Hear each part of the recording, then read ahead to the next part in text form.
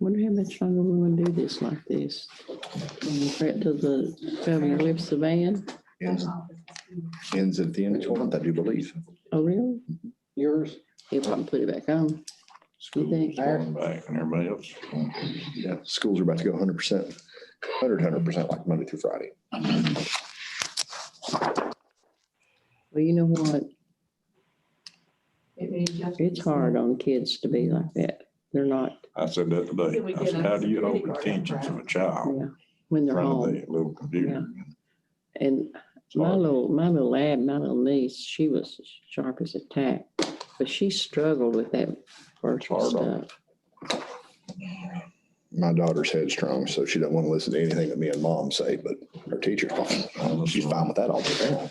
Well, surround her. Oh, that's all right, no problem. Everything distracts. Yeah, and they're home and they, you know. Well, it's a whole different set of rules in school. Yeah, Bruise easy. yeah, it is. Kids know they can act their worst around their parents and they'll still be loved. Should be fist fighting.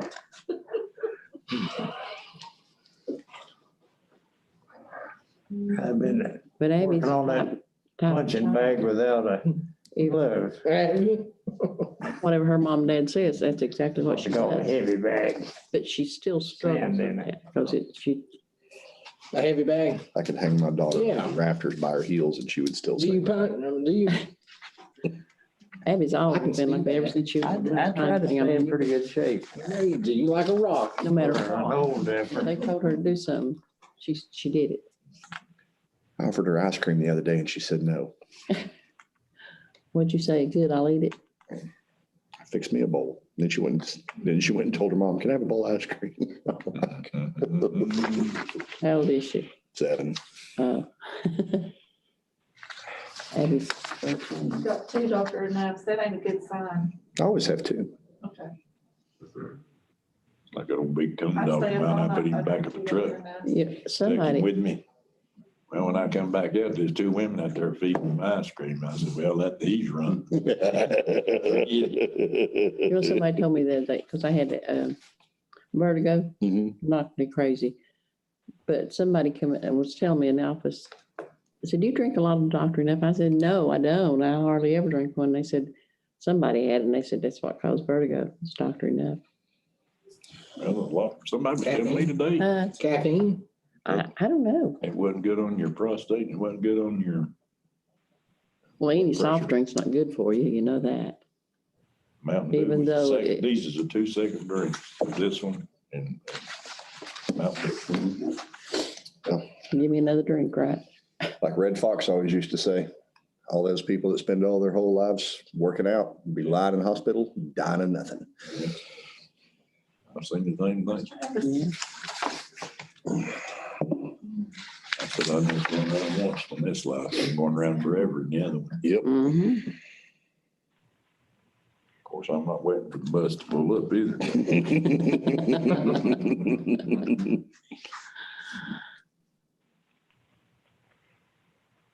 Won't be a bus, Willie. Hey, Willie Campbell. Hey, Hey, tonight when you have your prayer, remember my daughter and her husband. They lost their brother Sunday. okay, brother. Appreciate it. Thank you. Johnson lost Sir. his brother too. Uh, Brad Johnson's brother died. Who? Brad's, Brad. Rex, Rex, yeah. Rusty Moran got to come home. Bill Hyder died too. Yeah, I know it. Yeah, Rusty Green got to come home. Oh, did he? Mm-hmm. It's great. That lady that were getting the shot didn't have no clipboard. I asked for a clipboard. She said, you can't have one because I don't count people touching it and stuff. I said, you tell me how am I supposed to feel this out on the steering wheel, you know? She said, just do the best you can. It looked like a 3-year-old kid. Did we lose Travis? I don't know. Yep. Travis gone. He got booted, I guess.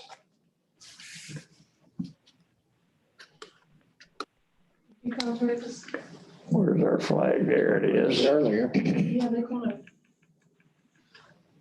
Do the salute, So, pledge.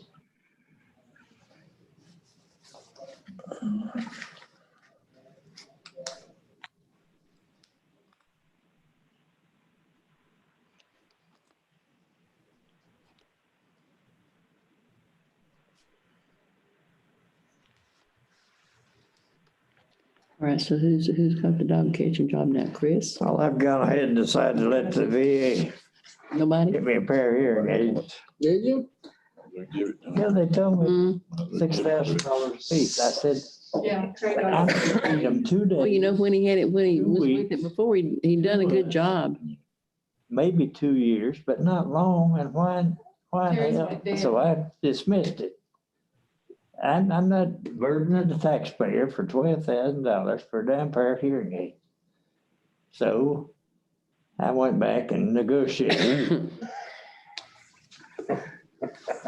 There's no sense in I'm gonna see if I can find. $2,000 Any commode else? or Yeah, she's a got. $5,000 crescent wrench or, No, but there's a lot of that. Water. There's tons of that goes on. that's, You get him? Calling it. that's insane. $6,000. $6,000 really, Hey, did you get booted? really for a pair.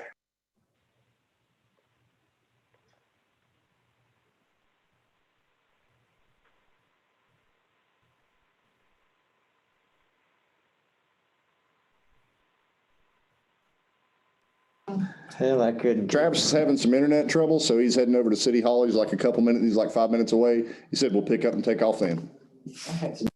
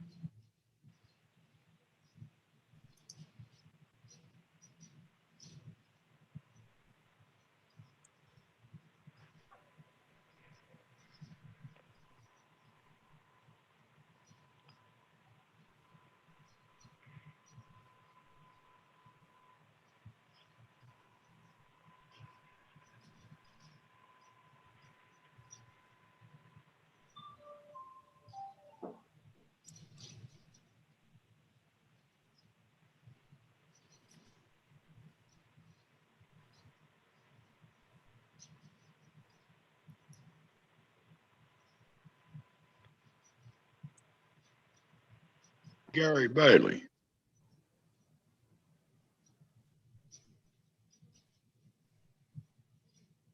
Yeah. How you done there, partner? I thought I'd lost everybody. No, everybody's just waiting on Travis. I believe I'm sitting here reading some of this stuff, going over some of it. So, Yep. Well, oh.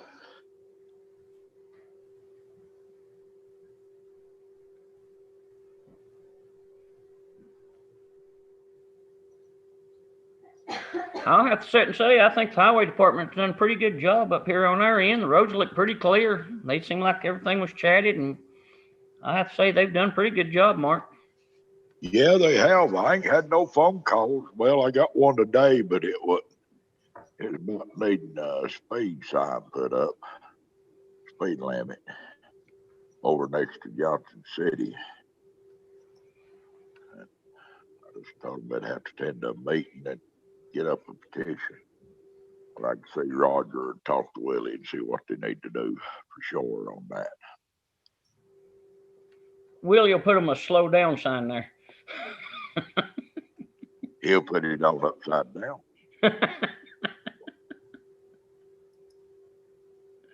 No, I'll take that back. His partner might.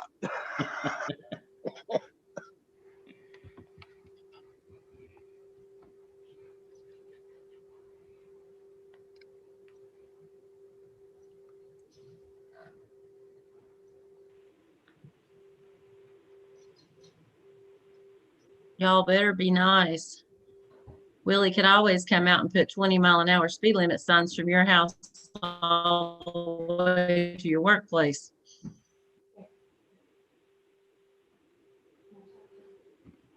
Yes, he could. How you doing, Miss Julie? I'm good. How are you, sir? Well, I'm just fine.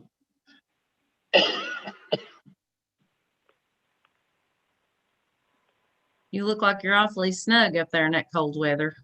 Yeah, it's not too bad up here right now. It's supposed to start sometime tonight or early in the morning and snow through Thursday. Supposed to get Yeah. quite a bit. I'm hoping to get to come home Friday morning if the snow's not too bad. I'm ready for summer I've and been 90 ready. degrees. Yeah, Me too. I've been ready since September. I've been ready since September myself.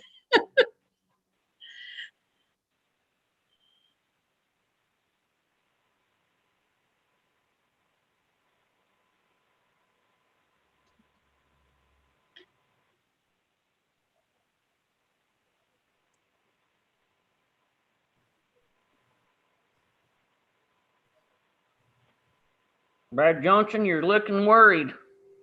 You're waiting for the bomb to fall.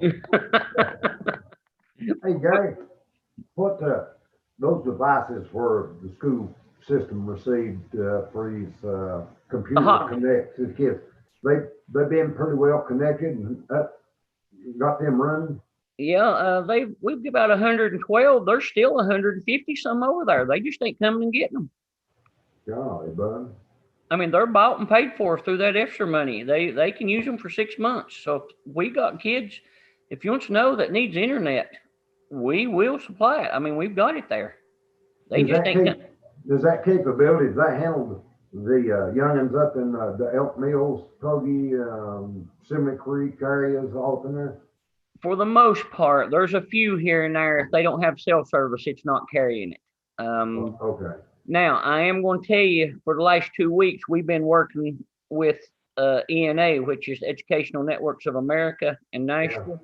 Yeah. And that's who we got them from. And they are Verizon and AT&T, which is T-Mobile. We've been dealing with their engineers, and they're doing some updates on some of it where they're getting some of them to bounce off of different towers. So Okay. the thing is, they still just ain't coming and getting them. So the theory of that thing, it works off the same lengths as what your cell phones are. Yeah. Or And I mean, frequencies or whatever. and I mean, I'm not gonna lie to you. It gives you service to get what you need. but Yeah. you ain't gonna get it and then stream Netflix on it. And that's, Yeah. I mean, and I'll just be honest with you, without naming any names or anywhere, we've actually had 2 parents give them back when they said, well, if they couldn't watch Netflix and their Xbox after ours, they didn't need it. Never cease Alright, to guys. amaze you, do they? Sorry for the delay, everybody. Right when the meeting started, my internet went down, so I had to fly back to work to get on here. But so this is the Board of County Commissioners for Carter County regular meeting, February 16th, 2021. This meeting is being conducted electronically with live public access for the protection of the health, safety, and welfare of the public due to the ongoing COVID-19 pandemic. With that being said, Madam Clerk, let's call this roll to order. Call the roll, please. Willie Campbell, Here. Mark Blevins, Here. Robert A. Cup, Here. Nancy Brown, Here. Mike Hill, Here. Julie Gwynn, Here. Bradley Johnson, Here. Mark Tester, Here. Charles Von Cannon, Present. Isaiah Grindstaff, Here. Jerry Prophet, Austin James, Here. Ross Garland, Madam Layla Clerk, Ward- Ross will be a little bit late, he said. Okay, Layla Ward, Present. Ginger Holdren, Here. Randall Jenkins, Here. Gary Bailey, Here. Travis Hill, Present. Sonja Culler,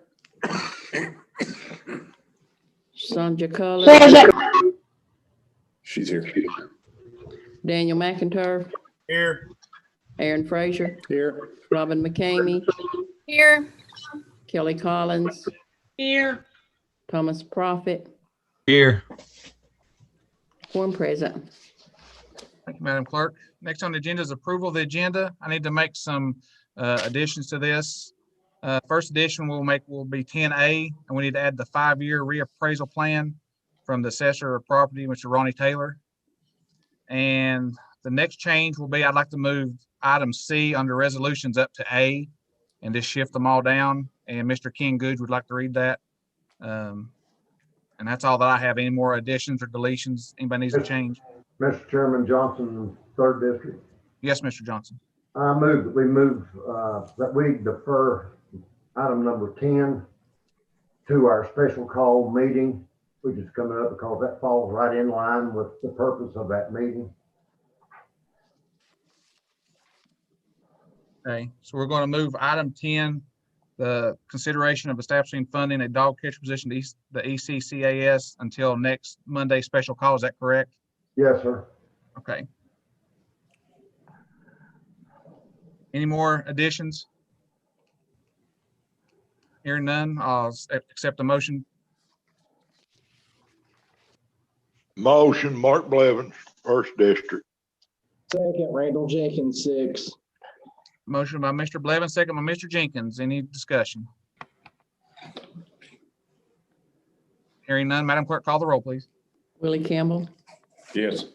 Mark Blevins, Yes. Robert A. Cuff, Yes. Nancy Brown, Yes. Mike Hill, Yes. Julie Gwynn, Yes.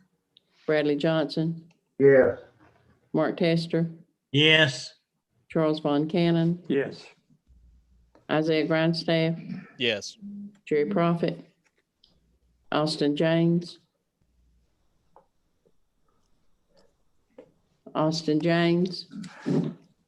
Yes.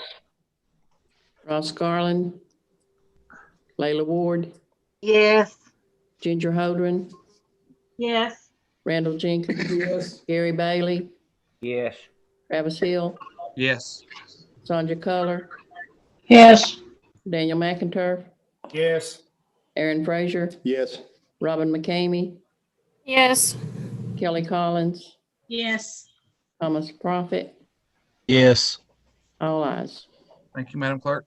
Next item on the agenda is opening prayer by Commissioner Willie Campbell, and that will be followed by the Pledge of Allegiance by Mr. Grindstaff, if he don't care. Dear Heavenly gracious Father God, Lord, as we bow our heads once more, Lord, and call upon your name, Lord, thanking you for your love and your mercy and grace, God, that you've had on us this day. Lord, we do pray today, Lord, for our country. We pray, Lord, for our president, Lord, and we pray, God, Lord, for those that are in our local governments, Lord, all the way down to our office holders here in Carter County, Lord. We pray, God, that you have your anointing on them. Lord, that we do pray today, Lord, and thank you for your blessings of life and your hands that keep up on each one of us each day, Lord, with your mercy, grace, Lord. And we thank you, Lord, Father God, for your Son, Jesus Christ, who came and died to give us, Lord, freedom, Lord, that one day that we can be with you, God. Lord, we know your word says, if my people, which are called by my name, shall humble themselves and pray and seek your face and turn from their wicked ways, then will they hear from heaven, then will they heal their land. Lord, we pray that that prayer be answered, God, in your authority and in your name. And Lord, today we do pray and know, Lord, that we can look unto the hills where cometh our help and cometh our strength, and know that it only comes from you. Lord, tonight we know that we can do nothing without you, Lord, but we know that we can do all things through Christ who strengthens each one of us, Lord. God, tonight we do pray for this commission, Lord. We've got some, Lord, that death has moved into their homes, Lord, but we pray, God, that you'll just comfort them, Lord, and comfort their hearts, God. Get them through this, Lord, because they moved on to a better place, God. But Lord, we know, Lord, tonight, Lord, that you're still in control. We know that you're sitting on the right hand of the throne tonight, Lord, making intercession for each one. Lord, we do pray for all responders, God, to this COVID-19, Lord. We pray, Lord, that you keep your hands up on them, Lord. Lord, we pray for each one of our veterans, Lord, each one, God, that has served, and Lord, those that have served and give all, Lord. Lord, tonight we pray, God, that you keep your hands upon us, Lord, throughout this week, Lord, and as we lay our heads down on our bed tonight, Lord, we pray that you keep, Lord, just give us that sweet peace within, Lord. God, we give you the honor and the praise and the glory for it all. For all in Christ's name we ask.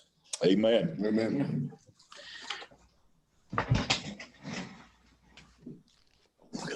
Attention, salute, pledge. I pledge Allegiance allegiance to the flag of the United States of America and to the republic for which it stands, one nation, under God, indivisible, with liberty and justice for all. Play ball. Play ball, brother. Thank you, Commissioner Grindstaff. Next on the agenda is acceptance of meeting minutes from January meeting. Motion to approve. Motion by Mr. Frazier, Second. second by Mr. Von Cannon.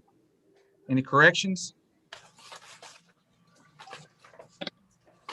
Hearing none, Madam Clerk, call the roll, please.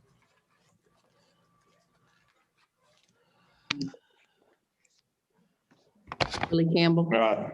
Mark Blevins, Ah, Robert A. Cub, Yes. Nancy Brown, Yes. Mike Hill, Yes. Julie Gwynn, Yes. Bradley Johnson, Yes. Mark Tester, Yes. Charles Von Cannon, Yes. Isaiah Grindstaff, Yes. Jerry Crockett, Austin James, Yes. Ross Garland, Layla Ward, Yes. Ginger Holdren, Yes. Randall Jenkins, Yes. Gary Bailey, Yes. Travis Hill, Yes. Sandra Culler, Yes. Daniel McInturf, Yes. Aaron Frazier, Yes. Robin McCamey, Yes. Kelly Collins, Yes. Thomas Prophet, Yes.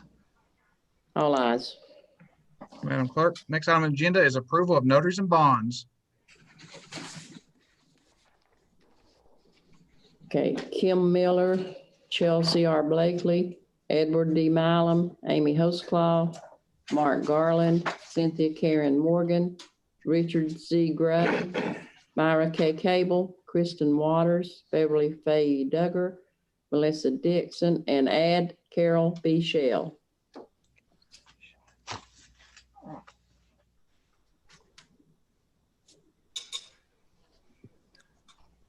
We have a motion to accept. Mr. Chair, I'll make the motion to accept. Second. Motion by Mr. Grindstaff, second by Mr. Campbell. Any discussion?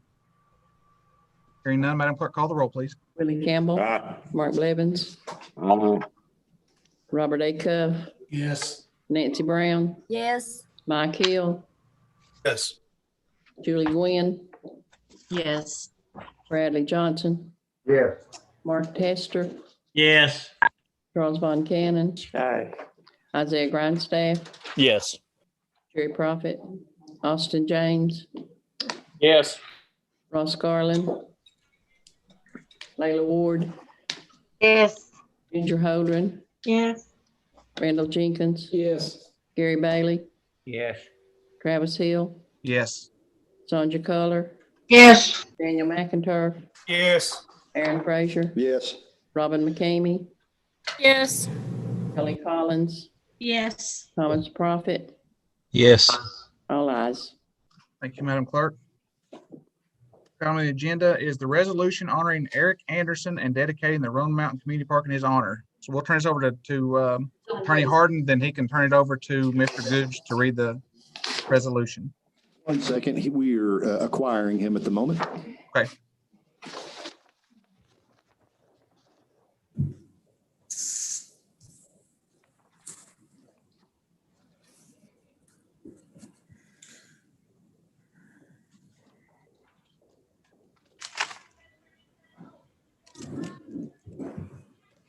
Oh, what a group. Here we go. Okay. Eric. All right. Eric, we've got something we'd like to do for you. Uh-oh. Eric, we brought you here on false pretenses. Oh, well. Subterfuge. Hi, Charles. Man, would you mind if I take this off? Take it off. Okay, if you don't mind, it'll be easier to read. Whereas Eric Charles Anderson was born in 1951 in Kingsport, Tennessee, and attended both city and county schools in East Tennessee before attending the United States Air Force Academy in Colorado Springs, Colorado, beginning in 1969. And whereas Mr. Anderson ultimately attained the rank of colonel before his retirement from the U.S. Air Force. And whereas Mr. Anderson also served in the National Aeronautics and Space Administration, which resulted in he and his family moving many times throughout the United States during his 26-year career before returning home to the Appalachian Mountains, and specifically to Roan Mountain, which has been his home since 1999. And whereas since returning to Roan Mountain, Mr. Anderson has worked tirelessly in managing, upgrading, beautifying, and maintaining the Roan Mountain Community Park, and his vision and leadership have been fundamental to the success of the park. And whereas Mr. Anderson has played a vital role in many improvements that have been made to the park, such as adding an additional 1/2 mile gravel surface to the walking trail, upgrades to the bleachers around the softball fields, playground improvements, and the addition of a covered stage and sound system for music concerts. And whereas Mr. Anderson has volunteered countless hours of service related to the park, and spends many hours at the park each week. Yeah, Cynthia will tell you that. He is there to open the kitchens at the picnic shelters and close them after use. He picks up litter in the park weekly, and he and his crew mow and maintain the softball field and the approximately 30-acre total area of the park. And whereas the Roan Mountain Community Park hosts several events throughout the year, including Frisbee Golf, Happy Trails Park, softball games, music concerts, a community garden, and a farmer's market. And during these events, Mr. Anderson is usually not far away should anyone need assistance. And whereas Mr. Anderson is also instrumental in conducting the annual Todd Burleson Stream Cleanup and the Trout Unlimited River Cleanup. And whereas Mr. Anderson's dedication to his community clearly illustrates that he has a servant's heart and a deep love for the people of Roan Mountain. And he is the epitome of what a community volunteer should be. And whereas it is appropriate for the Board of County Commissioners to honor those whose selfless public service has benefited their community and the citizens of Carter County in significant ways.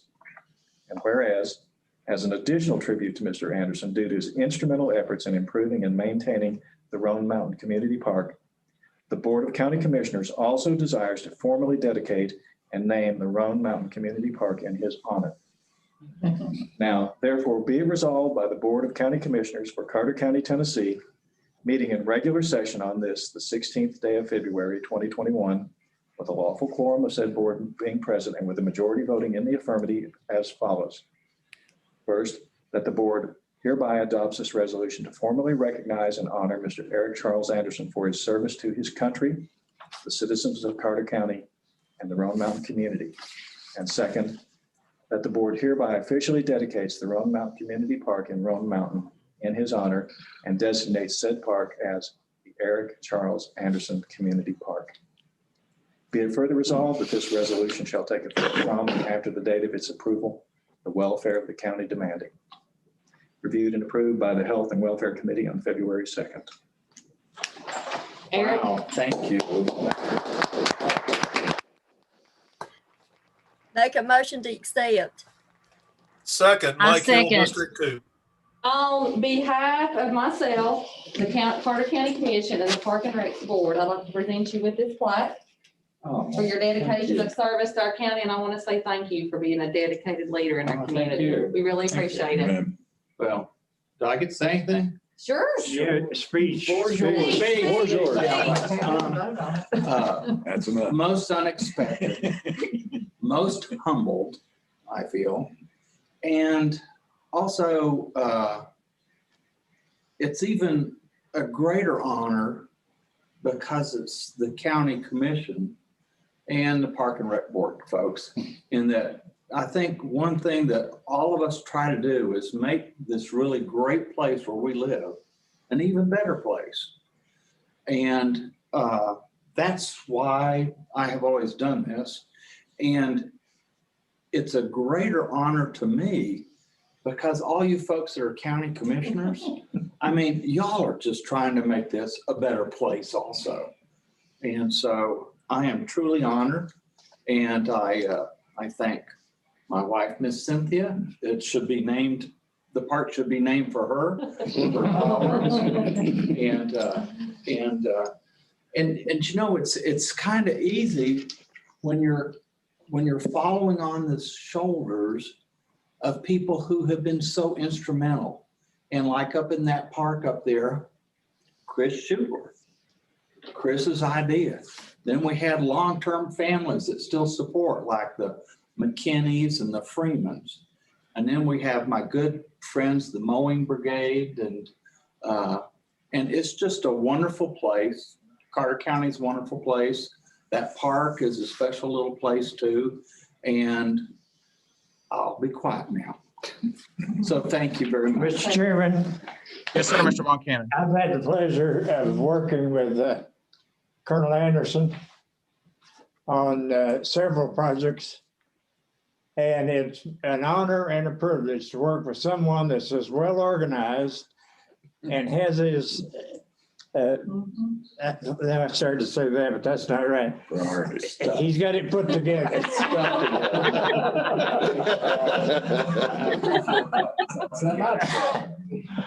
Can I get one more copy? Can't get over here.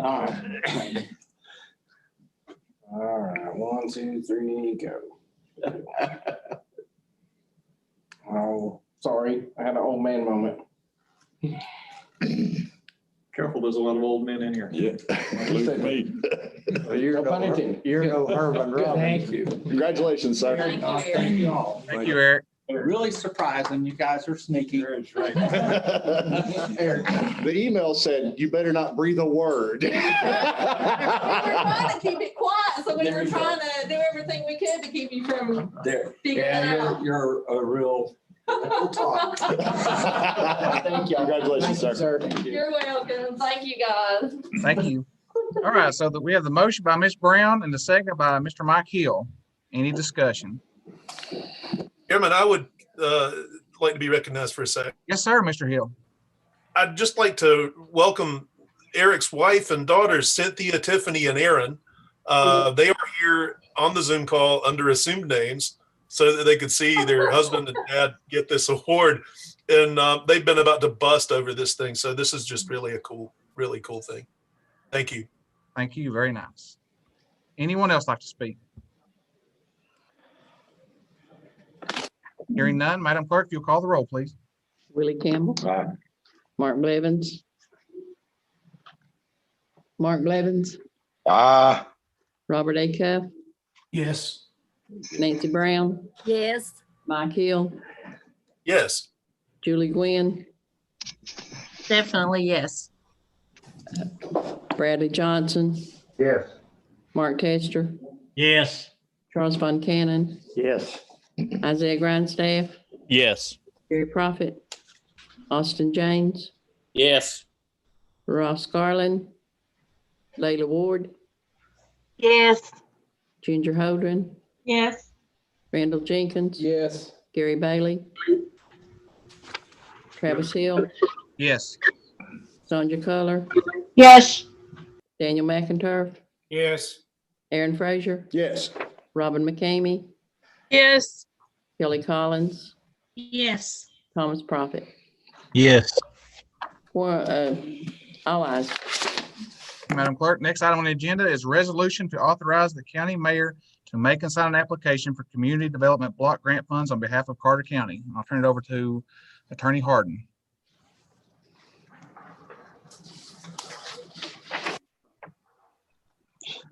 So moved. Sorry, I thought you said we were doing the OSHA one, that just A and C flipped, but we can do them in any order you want. Okay. If this is the resolution for the CDGB grant, essentially it's just a permission for the mayor to sign an application for the grant up to $600,000 for Hampton Utility District upgrades, and the matching funds are provided by the utility district. I have a motion to accept. Motion to accept. Motion by Mr. Frazier, second by Mr. Campbell. Any discussion? Mr. Chairman, Yes, sir, Mr. Von Cannon. some people have wondered what benefit the three-star community has done for any county. Financially, you can look and see that a deduction of 4% of the match was decreased because Carter County is a three-star county. I might add that we became a three-star county when I was Director of Economic Development for Elizabeth and Carter County. Just a little side deal there. Thank you, Mr. Von Cannon. Anybody else like to speak? Hearing no one, Madam Clerk, call the roll, please. Willie Campbell, Mark Blevins, Robert A. Cuff, Yes. Nancy Brown, Yes. Mike Hill, Yes. Julie Gwynn, Yes. Bradley Johnson, Yes. Mark Tester, Yes. Charles Von Cannon, Yes. Isaiah Grindstaff, Yes. Jerry Prophet, Austin James, Yes. Ross Garland, Layla Ward, Yes. Ginger Holdren, Yes. Randall Jenkins, Yes. Gary Bailey, Yes. Travis Hill, Yes. Sonia Culler, Yes. Daniel McIntyre, Yes. Aaron Frazier, Yes. Robin McCamey, Yes. Kelly Collins, Yes. Thomas Prophet. Yes. 22 ayes. Thank you, Madam Clerk. Next item on the agenda is a resolution to establish an OSHA safety program plan. Attorney Harden. Yes, sir. This is an update to the existing OSHA plan, which we've had for quite some time. The last update was in 2013. This doesn't change that significantly, but it just kind of updates some minor things throughout. And the new safety officer is named as Mr. Billy Harrell in this document. So it's something that's required by the federal government. And I'll answer any questions if I can, if there are any questions about it specifically. I have a motion. Motion, Johnson, third district. Second. Motion by Mr. Johnson, second by Mr. Grindstaff. Any discussion? Billy Harrell is designated in this as the administrator of this program. Assuming that he does not become director of the EMA, will this still hold or will that have to be changed? We'll have to designate the person. We wouldn't have to update, or we wouldn't have to re-adopt the entire plan or the resolution, but we would have to designate the person. Okay. Any further discussion? Hearing none, Madam Clerk, call the roll, please. Willie Campbell, Mark Blevins, Robert A. Cuff, Yes. Nancy Brown, Yes. Mike Hill, Yes. Julie Gwynn, Yes. Bradley Johnson, Yes. Mark Tester, Yes. Charles Von Cannon. Charles Von Cannon, Yes. Isaiah Grindstaff, Yes. Jerry Prophet, Austin James, Yes. Ross Garland, Layla Ward, Yes. Ginger Holdren, Yes. Randall Jenkins, Yes. Gary Bailey, Yes. Travis Hill, Yes. Sandra Culler, Yes. Daniel McInturf, Yes. Aaron Frazier, Yes. Robin McCamey, Yes. Kelly Collins, Yes. Thomas Prophet. Yes. 22 ayes. Thank you, Madam Clerk. Next item on the agenda is appointment to fill county constable vacancy in the 2nd district. You should have gotten your packets. We received 2 applications, one from Christopher Grindstaff, the other from Marshall Simmerly. I'm not sure if anybody's on here. We did, Travis, we have someone in the other room. Let me go grab them right quick. Okay.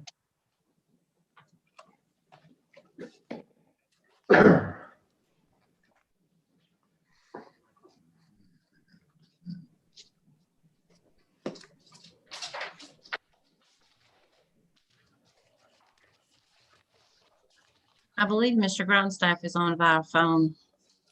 Okay. Yes, I'm here. As soon as Mr. Jenkins gets back, we'll go and see who's coming in.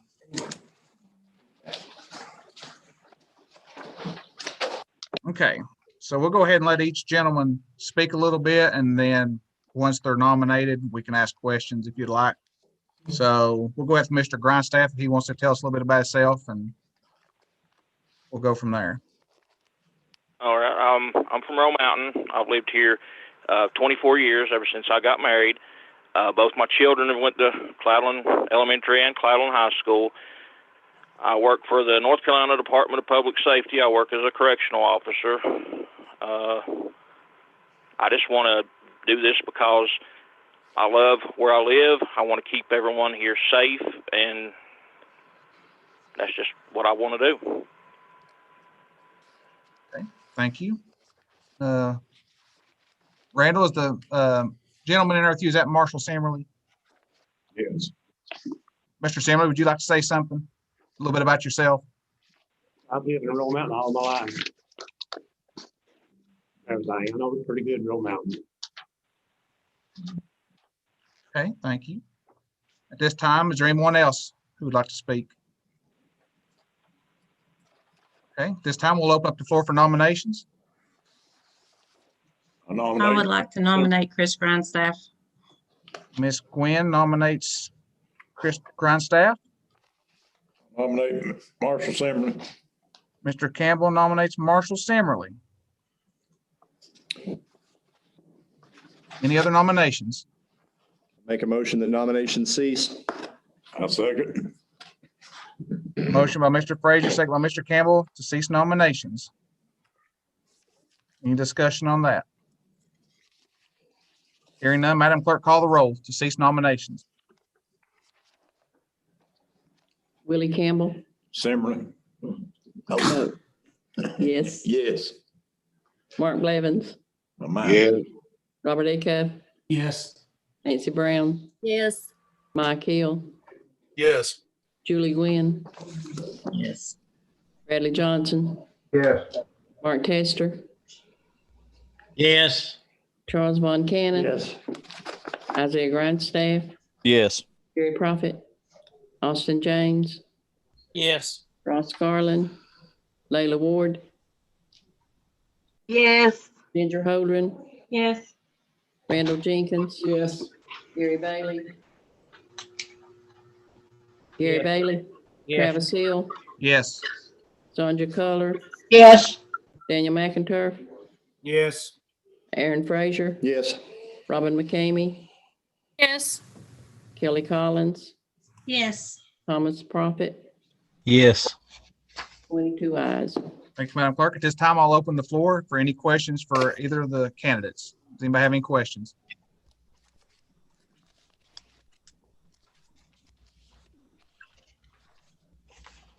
Hearing no questions, when the clerk calls your name, please say the name of the person you'd like to see be the second district constable. It's either Grindstaff or Simmerly. Madam Clerk, call the roll, please. Willie Campbell, Simmerly. Mark Blevins, Grindstaff. Robert A. Cuff, Grindstaff. Nancy Brown, Grindstaff. Mike Hill, Grindstaff. Julie Gwynn, Grindstaff. Bradley Johnson, Grindstaff. Mark Tester, Grindstaff. Charles Von Cannon, Chris Grandstaff. Isaiah Grindstaff, I wish to abstain. Gary Prophet, Austin James, Grindstaff. Ross Garland, Layla Ward, Grindstaff. Ginger Holdren, Grindstaff. Randall Jenkins, Grindstaff. Gary Bailey, Grindstaff. Travis Hill, Grindstaff. Sonja Culler, Grindstaff. Daniel McInturf, Grindstaff. Aaron Frazier, Grindstaff. Robin McCamey, Grindstaff. Kelly Collins, Grindstaff. Thomas Prophet. Grindstaff. Okay, Grindstaff got. Simmerly got one. Isaiah, do you want to change your vote? No, ma'am. Okay. Simmerly one and the rest of Grindstaff. Chris Grindstaff receiving the majority of votes is now the new District 2 constable. Congratulations, Mr. Grindstaff. Thank you very much. Thank you for coming, Mr. Marshall. Yeah. Thank you. Thank you for coming.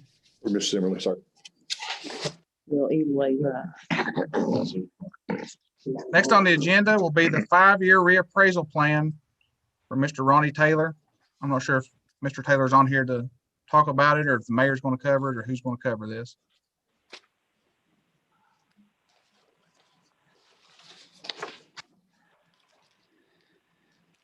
Sorry this was put on here so late. Ronnie brought it to me Friday, I think about 2:00. But this is just the reappraisal plan for the next 5 years. It just needs to be approved by the commission. I'm hoping everybody had a chance to look over it.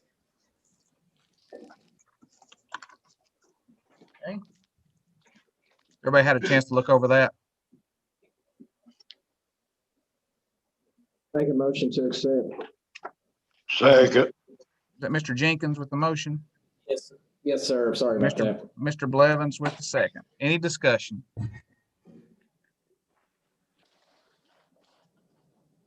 Hearing none, Madam Clerk, call the roll, please.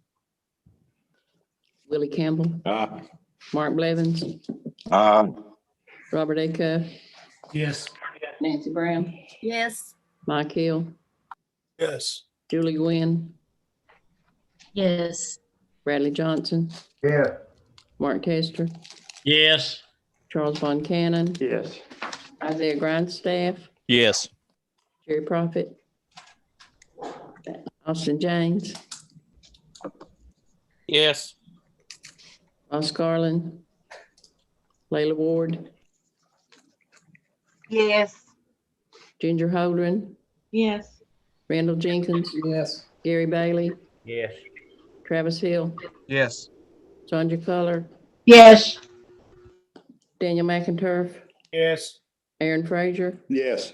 Robin McCamey, Yes. Kelly Collins, Yes. Thomas Prophet. Yes. All ayes. Thank you, Madam Clerk. Motion passed. Next on the agenda is the mayoral report. Ms. Mayor Patty Woodby. Okay, thanks, guys. I've got a couple of things. I've got a vacancy on the Siam Utility District that I'll need to fill, and I'll just go ahead and read the order of appointment for that. Upon certification by the Board of Commissioners of Siam Utility District of Carter County, Tennessee, certifying a vacancy on said Board of Commissioners and certifying a list of 3 names nominated for the appointment to fill such vacancy in accordance with the TCA. It is therefore ordered, adjudged, and decreed that I, Patty Woodby, Mayor of Carter County, Tennessee, do hereby appoint nominee Keith Carr to the Board of Commissioners of the Siam Utility District of Carter County, Tennessee, to serve a 4-year term. Good selection. Make the motion, we approve. Second. I don't think we have to do. Don't have to. Don't have to. You approve. It's, Yeah, I don't think we have to do that. No. Nope. No. This is I an don't think we have appointment. to vote on it, Nope. do we? I can't remember. No, no. No. Josh, is that correct? No vote required. I don't think there's a vote required. Yeah, you just appoint it. There is Okay, no that's- vote. just making sure. Okay.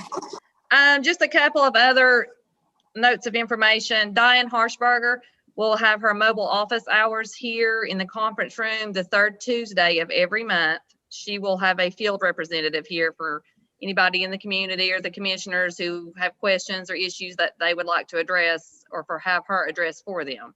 So that if you want to note your calendar for the 3rd Tuesday of every month, that's when her representative will be here. Is there hours on that, Mayor?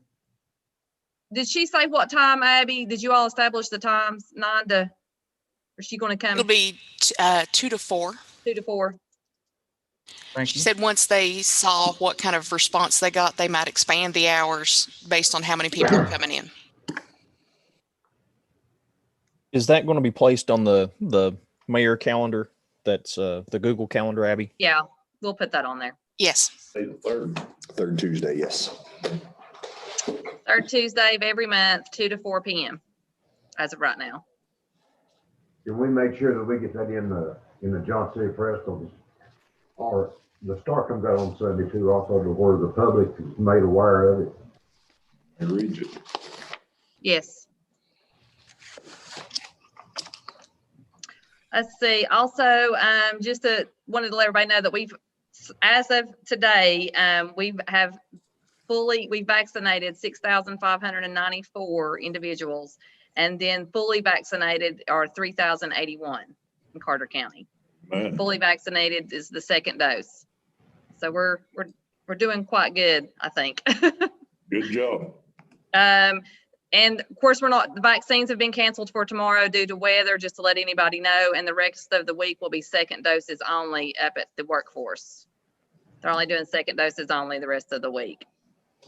And let's see, that's about all I've got. And just want to remind everybody about the kiosk that's in Hampton for the taxes and the tags. Just if you want to keep getting the word out for people to utilize that, especially when we're closed on holidays and whatever else, just if they're needing to get stuff in a hurry to kind of eliminate the traffic in Mary's office.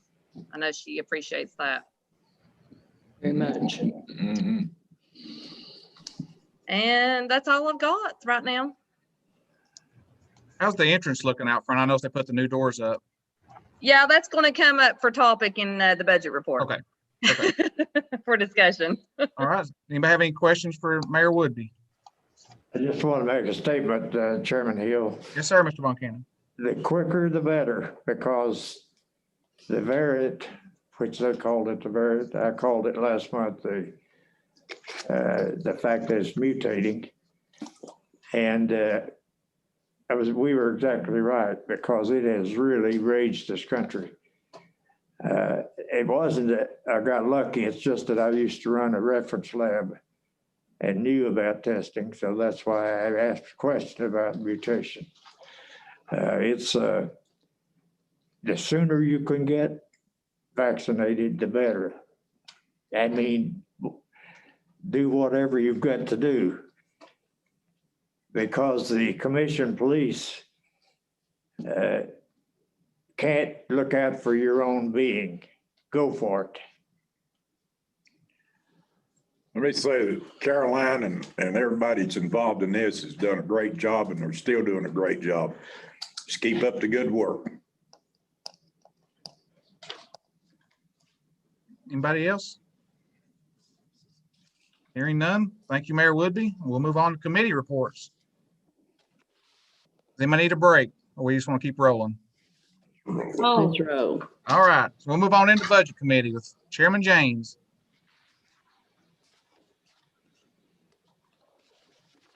If everybody get their stuff open.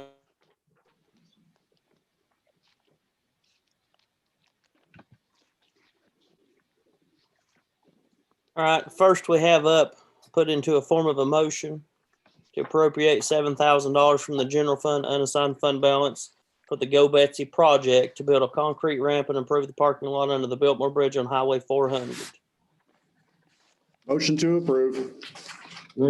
Second. I think Mr. James, did you make that motion? Yes, sir. Okay, and second by Mr. Frazier. Any discussion? Chairman Johnson, third district. Go ahead, Mr. Johnson. This would give you 7 access points now to the Watauga River for the public. It's more than most people think, but it is 7. There will be 7. Mr. Chairman.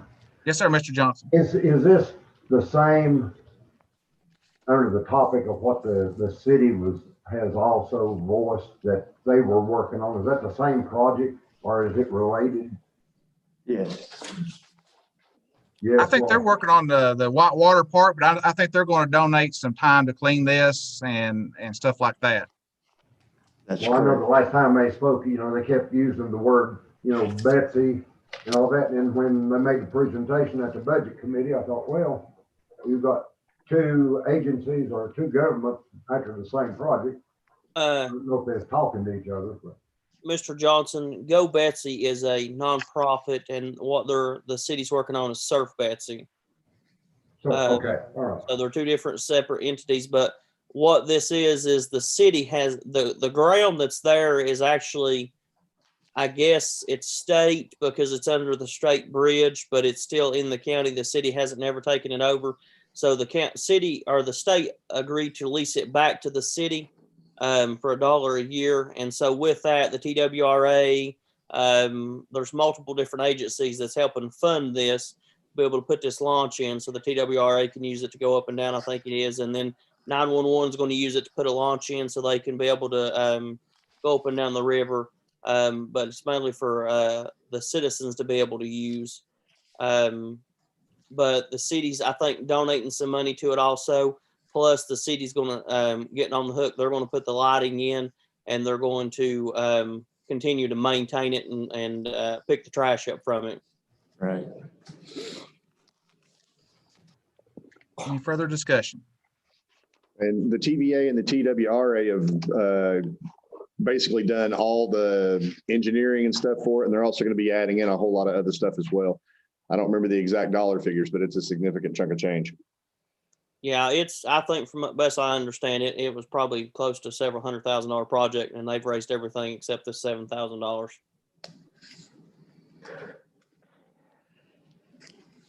Any more discussion? Hearing none, Madam Clerk, call the roll, please. Willie Campbell. Mark Blevins. Robert A. Cuff. Yes. Nancy Brown. Yes. Mike Hill. Yes. Julie Gwynn. Yes. Bradley Johnson. Yes. Mark Tester. Yes. Charles Von Cannon. Yes. Isaiah Grindstaff. Yes. Jerry Prophet. Austin James. Yes. Ross Garland. Layla Ward. Yes. Ginger Holdren. Yes. Randall Jenkins. Yes. Gary Bailey. Yes. Travis Hill. Yes. Sonja Culler. Yes. Daniel McInturf. Yes. Aaron Frazier. Yes. Robin McCamey. Yes. Kelly Collins. Yes. Thomas Prophet. Yes. 22 ayes. Motion passed. Thank you. All right, next I put into a form of a motion to appropriate $33,399. And this had come out from the general fund unassigned fund balance, but I'd spoken with Brad. He said that we can take this from the CARES Act money, so it'd probably be better to take that instead of taking it out of our savings. So Brad, are you on here? You chime in on that? That's correct. Okay. So I put into a form of a motion to appropriate $33,399 from the CARES Act fund for the purchase of a 2021 Chevrolet Express cargo van for the Carter County Maintenance Department.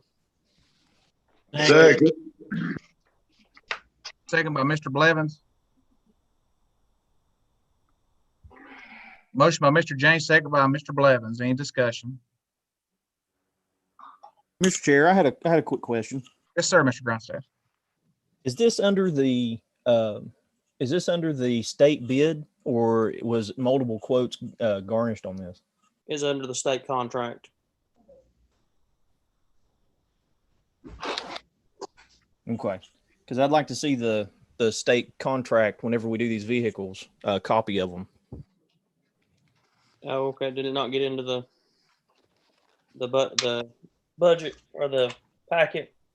The only thing that was in the packet was just the quote or the estimate, I guess, rather, on this one vehicle, not what was actually under, what was listed on the state contract. Mm-hmm. Yeah, I don't know. I'll reach out to Mr. Kennedy and get him to forge you a copy because he's the one that had everything. So. Thank you. No problem. Any further discussion? Hearing none, Madam Clerk, call the roll, please. Willie Campbell. Mark Blevins. Um, Robert A. Cuff. Yes. Nancy Brown. Yes. Mike Hill. Yes. Julie Gwynn. Yes. Bradley Johnson. Yes. Mark Tester. Yes. Charles Von Cannon. Yes. Isaiah Grindstaff. Yes. Jerry Prophet. Austin James. Yes. Ross Garland. Layla Ward. Yes. Ginger Holdren. Yes. Randall Jenkins. Yes. Gary Bailey. Yeah. Travis Hill. Yes. Sandra Color. Yes. Daniel McIntyre. Yes. Aaron Frazier. Yes. Robin McCamey. Yes. Kelly Collins. Yes. Thomas Prophet. Yes. 22 ayes. Motion passed. Thank you. All right. Next, I'm not quite sure how we're going to word this, and so Director Burke will have to chime in. But it's I put into a form of a motion to recognize and reserve $17,000 from the CARES Act monies for the purchase of jail bedding items for the Sheriff's Department. The funding of the $17,000 is contingent upon them not being able to use one of their restricted line items. So if we get a second, we'll let Director discuss it. Okay. I was going to meet with Tom and Chief Parrish. Chief Parrish has had to be out a lot due to some family illnesses and his own illness. And it's still my opinion, as I stated in the budget committee meeting, that there are 3 different reserve balances that could be used for this purpose. However, I do think that it would be prudent to still meet with Chief Parrish and Captain Smith, see if there's something that they may come up with that, proves me wrong. Okay. Mr. Chairman. I don't think we're not really under discussion yet. We need a second. We need to get a second, and then we can start the discussion topic on it. We got the motion by Mr. James. We have a second. I'll second it so we can go into discussion. Second by Mr. Frazier. Discussion. Mr. Chairman. Yes, sir, Mr. Bailey. Since he's not there and there's no clarity, I'd like to put in form that basically we put this off till next month till we got time for everybody to discuss this and figure this out. I'll second it. Hold on. We've got one motion on the floor. We can't do 2 motions. Mr. Frazier, would you like to withdraw yours and hold this till next month? Yes, sir. Does anybody else got a problem with that? All right, seeing none, we'll move forward. Okay. All right, next I put into a form of a motion to appropriate $4,500 from the general fund unassigned fund balance to cover their costs for increasing the new EMA director's salary and benefits for the remainder of 2021 fiscal year. I'll second it. Motion by Mr. James, second by Mr. Campbell. Any discussion? Chairman, Acuff, First District. Yes, sir, Mr. Acuff. I know that we have put off, or at least financial management has put off until further time about the salary study within our county and address individuals in every department as well as their position as it relates to other regions in the northeast part of Tennessee. I think by moving ahead with this without that study essentially tells some of our employees that there's one, nobody out there advocating for them. And number two, I'm sure there are others, not only at the director position, but also rank and file employees, if you will, that are probably making less than is appropriate for the job in another county. So therefore, I have a real concern in moving forward with this. Thank you, sir. Chair, I'd like to respond to that. Yes, sir, Mr. James. Commissioner Acuff, the reason that this had been brought about is the mayor had brought it forward, and we are by far the lowest in the county, which also the other thing about this is about 3 or 4 years ago before our seat, the commission voted to raise all the director salaries up to the base, I believe, 47, and the EMA director's position did not get brought to there. But what we're trying to eliminate with this is we're raising the salary and we're doing away with comp time. So that's what a lot of this behind it is the mayor is concerned that when she hires somebody new in, she doesn't want to hire them in with the expectations that they're going to receive comp time. She wants to set a base salary and say, we're not doing comp time. So that way they're all on the same page when somebody new comes in and not going to have to change it a few months in or whenever we get the study back. May I respond, Chairman? Yes, sir, Dr. Akers. Yes, I realize we did that. In fact, I was on that commission. And yes, we did that in regard to comp time. And I will not put words in Commissioner Brad Johnson's mouth, but I think he brought up in another meeting about the issue if the EMA director is following the guidelines as other EMA directors do in other counties, there would be no comp time. You don't go out for every fender bender, for every dispatch that you hear from 911. There are specific rules and regs and directions from TEMA and FEMA that certainly are a part of the job that the EMA director should be doing. So, I still object primarily for the reasons that I stated. I don't think it's fair to other county employees to say, well, because you don't have an advocate at this table tonight, that you're dismissed out of hand and you got to wait X number of time, X number of months, however long as it takes for the salary study to occur. I just think this is unfair. Thank you, Chairman. Sir, anyone else? I'd like to respond to Dr. Acuff's comment. Yes, sir. When we had the flood in January 6th of last year, that washed out the dam of driftwood at the campground on Blevins Road. Gary Smith was there. That wasn't a FEMA thing. That was nothing to do with FEMA. And he put in a lot of time trying to get those people off the island to where they didn't get drowned, because they came close to 6 people getting drowned because when that driftwood dam broke.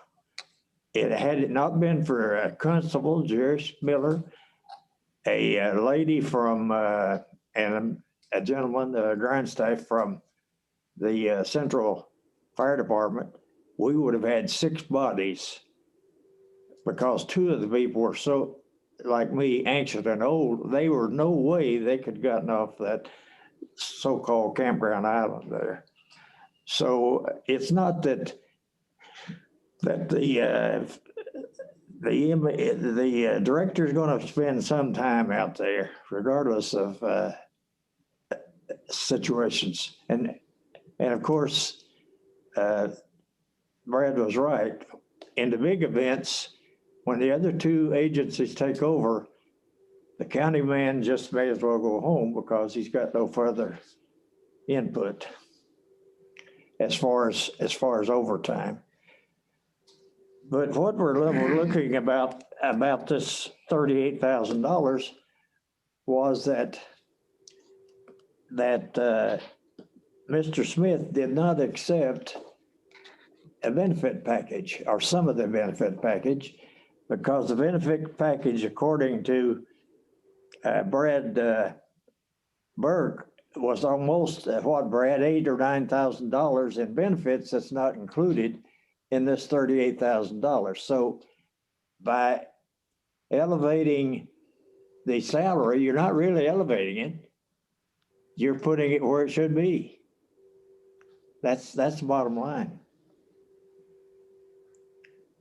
Chairman Hill. Can I Yes, speak? yes, Mayor. Just to address Dr. Acuff on a couple things, I agree that, you know, we need to advocate for all the employees, but let's be realistic. When the salary study is done, we already are going to know that this county is way far behind where we should be on everybody. And so will we ever be able to get everybody where they need to be once the salary study is completed? I'm not sure we will be. So at this point, the research that was done on the counties that surround us through the budget committee, we have Hawkins County, I'll use them as an example, population 48,000 individuals, and the salary for the EMA director with benefits is $48,000. So not are we just a little bit behind, we are severely behind. So when the salary study is completed, I agree we're way behind, but this is one position that we won't have to worry about when that salary study is completed. We have to look at these positions at individual basis. Not everybody's the same and not everybody does the same job duties. But the comp time with this position has already been paid out twice and will be paid out when he retires. So all the other surrounding counties do not do comp time, but they have a decent salary. And I agree there are rules and regulations that should be in play, and they shouldn't be going out to just anything. As I've spoken to all the other county mayors, it's been very strict with them. Their EMA director goes out 3 to 4 times a month, from what I've been told. And I will put guidelines into place that they have to tell me what's going on when they do go out. There'll be a sheet they have to fill out that explains to me who called them out, what time they went out, how long they were on the call. And I will review those and even submit those for transparency to the county commission. But I think we're just doing ourselves an injustice if we don't address each one of these positions as they do come up in the commission. Mr. Chair. Yes, sir, Mr. Grindstaff. Mayor, can I ask you a question? Yeah. I know that that Gary was working on and has been working on diligently the documentation to send to FEMA to recoup monies that were expended mainly by the highway department on the Riverview Drive. I know the last time that I spoke with him, which has been probably about a month ago or more, that those were just now finally getting approved by FEMA. And the amount of hours that him and Billy both have, and the highway department as well. Yes, him, Billy, and Roger. Yes, they have put. They've told me the paperwork is unbelievable to do that process. So I know that we always concern ourselves with what calls they go out on and when they go out and how often they go out and comp time and things of that nature. But there's more to that position. You know, the amount of work, the documentation that I saw, it was two or three cardboard boxes full, big thick binders, you know, that they're having to submit to the federal government, and not just submit once, but, you know, I think we're on like the 6th or 7th time because they keep asking for more documentation or do this different. You know, there's a lot more to this job than, you know, what we give credit for just going out and playing. And we all need to keep that in mind as well. Mr. Grindstaff, I think I talked to Mr. Smith this past weekend. I think he told me we were getting around $250,000 back. Yeah, I think that's the number that I had heard as well. You know, but it's the time and the effort and the documentation. You know, that's what their job is getting all that together and submitting that to FEMA. our connection to the state and our connection to the federal government. Mayor, are you the overseer or the EMA director? Yes. Okay, you're the one that dispatches it. Are you the one that dispatches into the? No. Who does this? Well, it depends on several things, is what I'm told. It's once the officer gets on the scene, is supposed to decide whether or not the EMA is needed. But I'm not really sure if that's the process that's being followed. Sounds to me like there's a breakdown through the system somewhere. That's the reason we're getting too much overtime. And from Mr. Grindstaff's point of view there too, they did put in a lot of time and a lot of work, and a lot of hard work went into that. I don't know. But you got to understand that FEMA, and I'm sure Brad Johnson understands this too, what we call a riffraff, they call it something else. And you got to go back and do the whole entire thing over again. All because it's worded by one word different. You got to do the entire thing over. And it's time consuming. And it's not that you done the wrong job or you didn't do the right job. It's just that they got to have it down to their perfect specifications, I guess. But nobody's saying that he didn't do a great job, and everybody was involved did a great job on that. But it's time consuming, and to me, I wouldn't want to step in that position really, because it's something else. And for Brad, I agree. We can't run out on every chicken call that gets run over on the highway, and that's where the comp time is really coming in. And we can't run every wreck down that comes through, and the officer that arrives on that scene should be able to make the decision. Do we need, Gary Smith here? Do we need Billy Harrell here? He should be able to make that decision at that point. And if he's diesel licking, sure, we need him. If he's close to a stream, sure, we need him. But if he's just in the middle of the highway, we don't have anything to do with that. That's the state. So let them worry about that. There's loopholes and there's things that we need to fix. And I agree with the mayor. We need to fix things. Mr. Chairman. Yes, sir, Mr. Bailey. If we can, while Mr. Burke's on there, how much did we pay out this year? And I know this is changing the subject a little bit, to Director Smith in comp time. If I remember correctly, it was around 2,200. And then he'll receive the final payout, right, Brad, I think he's got a few hours. That's going to be about 2,400, I believe. $2,400 total for a whole year? No, the first payment was around 2,200, if I remember correctly, and his final payment will be about 2,400, I believe. Is that vacation and everything on his final, or is that just comp time? That's vacation and comp. Hang on a second. Let me see if I can find it, and I'll tell you for sure. While he's looking, can I ask a question? Why all of the directors are making a certain amount of money and why this director is not? I understand that he didn't accept some of the benefit package. So why are we not proceeding on with this? I don't understand the speed bump here. Can somebody explain this to me? Didn't we go on the population and counties? Anybody? Kendall, are you asking? Chairman Hill, Brad Johnson. Yes, sir, Mr. Johnson. May I address that to Commissioner Jenkins? Yes. Concern that. And I think, Randall, you were sitting on the commission at the time. You can remember that was when previous Mayor Humphreys was the chair, and they hurriedly passed through the commission based on legislation that was going through Congress, through the Department of Labor, that you got to a certain level. If you supervise more than 4, you're a midline supervisor, your salary be amended up to X amount of dollars. Well, then went ahead and passed it, even though it did not become law.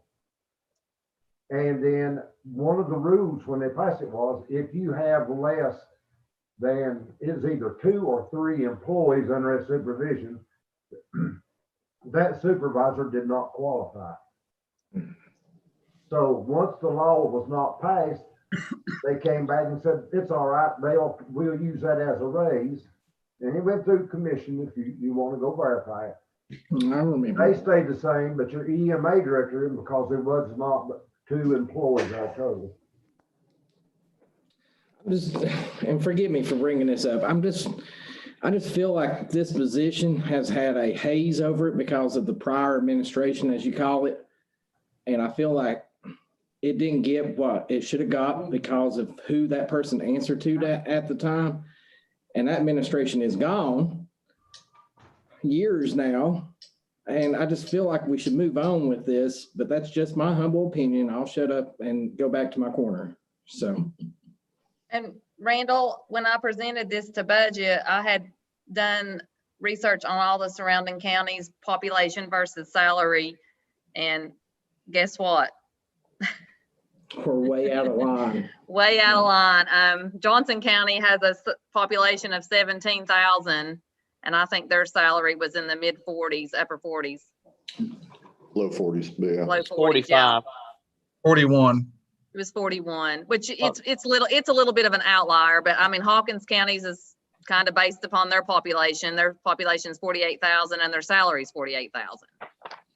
So, I mean, I'm just trying to straighten the position out and get it running correctly. And we're starting with, and I don't disagree with what Randall said. I do feel like this agency's had a haze over it, and I want to straighten it out and get it running correctly and let these guys do what they do, especially with a new director coming in. I want to have a clean slate for that new director. And I want to, if we're eliminating the comp time, which I agree is a burden on the finance department and myself to keep up with and constantly deal with, then I felt like the salaries should be raised just a little bit. And also Gary did not have our benefits package, which also now has to be included for the new director if the new director takes a benefits package. Mr. Chairman. Yes, sir. This is a question for the mayor. So if this position goes through, and that's there, they will answer to you, which you can send them to work or send them home if something comes up and they are running over. In other words, if time comes in, are you going to be able to set their time to show up to work? Because here, what I think is what's happening, just like Director Smith, when he was at the commission meetings, I'm not sure of them wasn't considered hours being there. Some people, like the highway and some of them, I think they just show up. That's considered part of their job duties. Right. And with the other counties on the EMA director, and then they said their EMA director goes to the commission meetings, but that's considered their job duties, but they're salaried positions. All the other EMA directors are salaried positions, except for Johnson County. It still receives comp time. But the surrounding counties are salaried positions, no comp time. And their EMA director goes out 3 to 4 times a month, and they're very strict on what they go out on. So that was kind of my guidelines of how I'd like to see this position run also. Chairman Hill. Yes, sir, Mr. Tester. Little clarification from Ms. Woodby.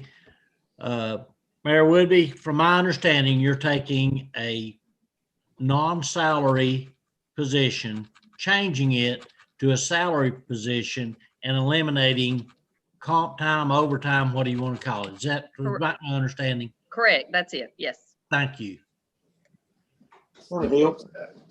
Yes, Director I have Burke. those figures for the payout for Mr. Smith.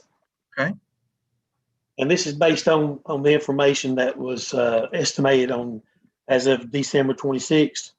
Anyway, the total for 30 vacation days will be $4,389 and estimated comp hours of 128.625, payout of $2,509.47 for a total of $6,898.47.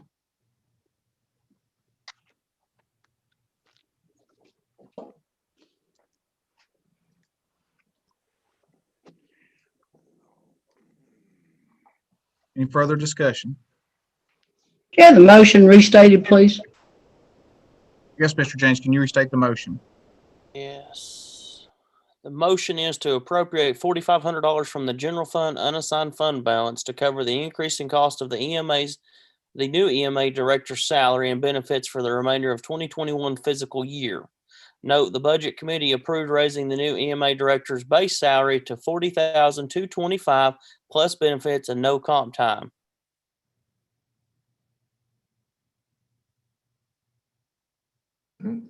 That leaves him at 46. Okay, and that was seconded by Mr. Campbell. Anybody have any more discussion on this subject? 46 is within line. Mr. Chair, quick question. Yes, sir. Do emergency management, do they fall under the FLSA guidelines for first responders? Putting them under like a 28-day pay cycle? No. I think Josh addressed that at budget, and I don't think that, Josh, they did not fall under it? Was that what you said? Correct. Under the Fair Labor Standard Act, that there is no first responder exemption. The exemption applicable here to make it salary would be administrative exemption.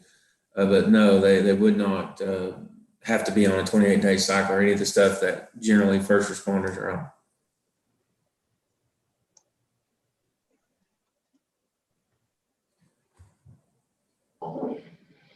Any further discussion?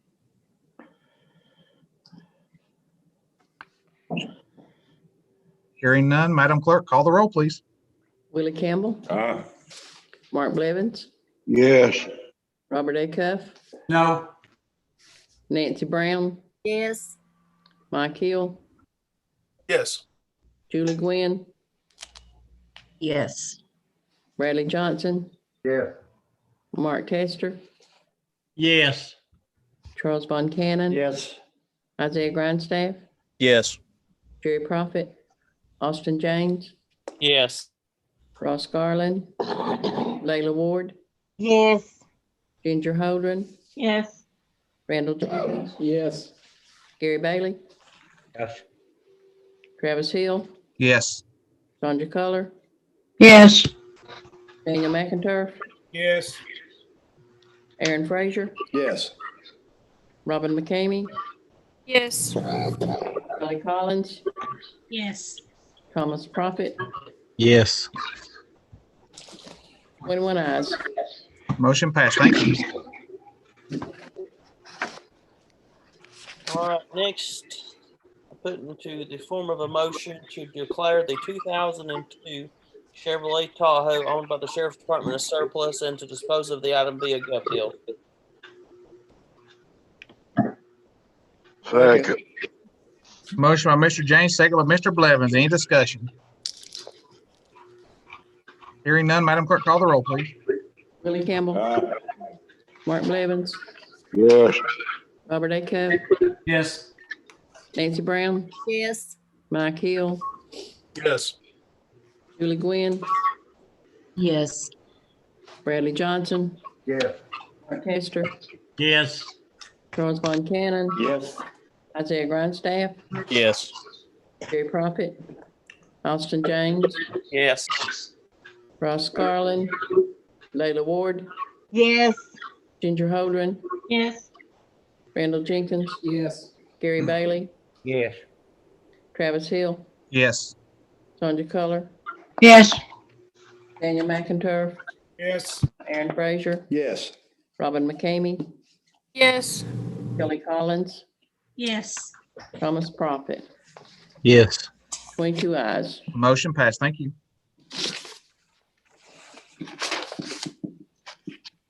Next, I put into a form of a motion to approve, or we're going to move on and go on to the amendments. I'm sorry, I meant to tell everybody. So next, I put into a form of a motion to approve the general fund number 101 budget amendment number 8 for a total of $87,656.67 with $20,599 coming from reserves in addition to a unassigned fund balance increased in the amount of $7,885. Second. Motion by Mr. James, second by Mr. Frazier. Any discussion? Hearing none, Madam Clerk, call the roll, please. Willie Campbell, Mark Blevins, Yes. Robert A. Cuff, Yes. Nancy Brown, Yes. Mike Blevins, Mike Hill. Where'd that come from? Mike Hill. Julie Gwynn. I think he went off. Yes. Still a yes. Sorry, ma'am. Mike Hill, yes. Not Blevins. Bradley Johnson, Yes. Mark Tester, Yes. Charles Von Cannon, Yes. Isaiah Grindstaff, Yes. Jerry Prophet, Austin James, Yes. Ross Garland, Layla Ward, Yes. Ginger Holdren, Yes. Randall Jenkins, Yes. Gary Bailey, Yes. Travis Hill, Yes. Ronja Color, Yes. Daniel McIntyre, Yes. Aaron Frazier, Yes. Robin McCamey, Yes. Kelly Collins, Yes. Thomas Prophet. Yes. 22 ayes. Motion passed. Thank you. All right. Next, I put into a form of a motion to approve solid waste sanitation fund number 116, budget amendment number 3, for a total of $40,743.03, with $11,987.51 coming from this fund's unassigned fund balance. Second. Motion by Mr. James, second by Mr. Bailey. Any discussion? Hearing none, Madam Clerk, call the roll, please. Willie Campbell, Mark Blevins, Yes. Robert A. Cuff, Yes. Nancy Brown, Yes. Mike Hill, Yes. Julie Gwynn, Yes. Bradley Johnson, Yes. Mark Tester, Yes. Charles Von Cannon, Yes. Isaiah Grindstaff, Yes. Jerry Prophet, Austin James, Yes. Ross Garland, Layla Ward, Yes. Ginger Holdren, Yes. Randall Jenkins, Yes. Gary Bailey, Yes. Travis Hill, Yes. Sonia Color, Yes. Daniel McIntyre, Yes. Aaron Frazier, Yes. Robin McCamey, Yes. Kelly Collins, Yes. Thomas Prophet. Yes. 22 ayes. Motion passed. Thank you. All right, next we put into a form of a motion to approve Health Department Fund number 117, budget amendment number 2, for a total of $1,700 with nothing coming from fund balance. Second, Mark Blevins. Motion by Mr. James, second by Mr. Blevins. Any discussion? Hearing none, Madam Clerk, call the roll, please. Willie Campbell, Mark Blevins, Robert A. Cuff, Yes. Nancy Brown, Yes.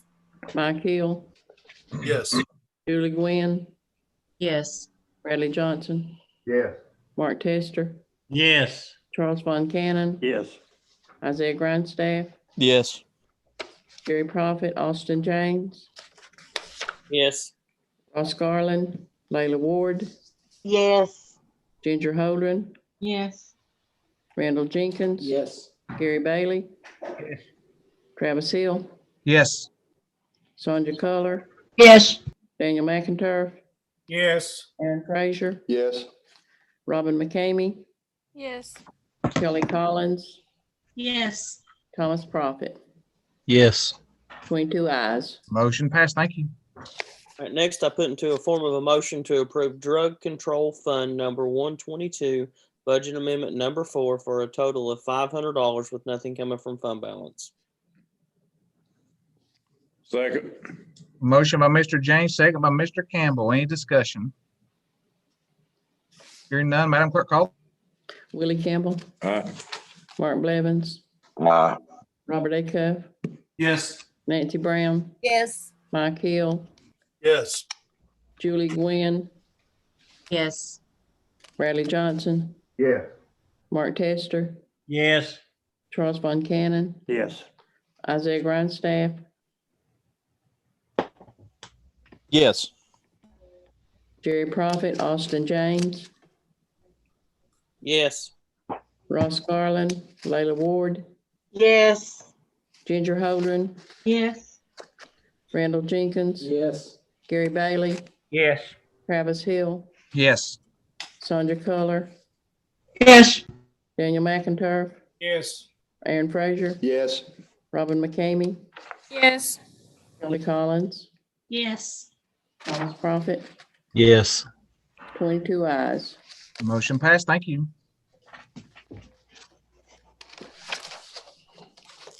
Next, I put into a form of a motion to approve Highway Public Works Fund number 131, budget amendment number 2, for a total of $50,000 with nothing coming from fund balance. Second, Mark Blevins, first district. Motion by Mr. James, second by Mr. Blevins. Any discussion? Hearing none, Madam Clerk, call the roll, please. Willie Campbell, Mark Blevins, Yes. Robert A. Cuff, Yes. Nancy Brown, Yes. Mike Hill, Yes. Julie Gwynn, Yes. Bradley Johnson, Yes. Mark Tester, Yes. Charles Von Cannon, Yes. Isaiah Grindstaff, Yes. Jerry Prophet, Austin James, Yes. Ross Garland, Layla Ward, Yes. Ginger Holdren, Yes. Randall Jenkins, Yes. Gary Bailey, Yes. Travis Hill, Yes. Sonia Culler, Yes. Daniel McIntyre, Yes. Aaron Frazier, Yes. Robin McCamey, Yes. Collins, Yes. Thomas Prophet, Yes. 22 ayes. Motion passed. Thank you. All right, next I put into a form of a motion to approve General Purpose School Fund number 141, amendment number 7, for a total of $359,903.66, with $440 coming from this fund's unassigned fund balance. Second. Motion by Mr. James, second by Mr. Frazier. Any discussion? Hearing none, Madam Clerk, call the roll, please. Willie Campbell, Yes. Mark Blevins, Yes. Robert A. Cuff, Yes. Nancy Brown, Yes. Mike Hill, Yes. Julie Gwynn, Yes. Bradley Johnson, Yes. Mark Tester, Yes. Charles Von Cannon, Yes. Isaiah Grindstaff, Yes. Jerry Prophet, Austin James, Yes. Ross Garland, Layla Ward, Yes. Ginger Holdren, Yes. Randall Jenkins, Yes. Gary Bailey, Yes. Travis Hill, Yes. Sonia Culler, Yes. Daniel McIntyre, Yes. Aaron Frazier, Yes. Robin McCamey, Yes. Kelly Collins, Yes. Thomas Prophet, Yes. 22 ayes. Motion passed. Thank you. All right, next I put into a form of a motion to approve School Federal Projects Fund number 142, amendment number 7, for a total of $102,489.42, with nothing coming from fund balance. Second. Motion by Mr. James, second by Mr. Campbell. Any discussion? Hearing none, Madam Clerk, call the roll, please. Willie Campbell, Yes. Mark Blevins, Yes. Robert A. Cuff, Yes. Nancy Brown, Yes. Mike Hill, Yes. Julie Gwynn, Yes. Bradley Johnson, Yes. Mark Tester, Yes. Charles Von Cannon, Yes. Isaiah Grindstaff, Yes. Jerry Prophet, Austin James, Yes. Ross Garland, Layla Ward, Yes. Ginger Holdren, Yes. Randall Jenkins, Yes. Gary Bailey, Yes. Travis Hill, Yes. Sonia Culler, Yes. Daniel McIntyre, Yes. Aaron Frazier, Yes. Robin McCamey, Yes. Kelly Collins, Yes. Thomas Prophet, Yes. 22 ayes. Motion passed. Thank you. All right, next I put into a form of a motion to approve the following monetary donations to the animal shelter in the amount of $3,240. Second. Motion by Mr. James, second by Mr. Frazier. Any discussion? Hearing none, Madam Clerk, call the roll, please. Willie Campbell, Yes. Mark Blevins, Yes. Robert A. Cuff, Yes. Nancy Brown, Yes. Mike Hill, Yes. Julie Glenn, Yes. Bradley Johnson, Yes. Mark Tester, Yes. Charles Von Cannon, Yes. Isaiah Grindstaff, Yes. Gary Prophet, Austin James, Yes. Ross Garland, Layla Ward, Yes. Ginger Holdren, Yes. Randall Jenkins, Yes. Gary Bailey, Yes. Travis Hill, Yes. Sandra Color, Yes. Daniel McIntyre, Yes. Aaron Frazier, Yes. Robin McCamey, Yes. Kelly Collins, Yes. Thomas Prophet. Yes. 22 ayes. Motion passed. Thank you.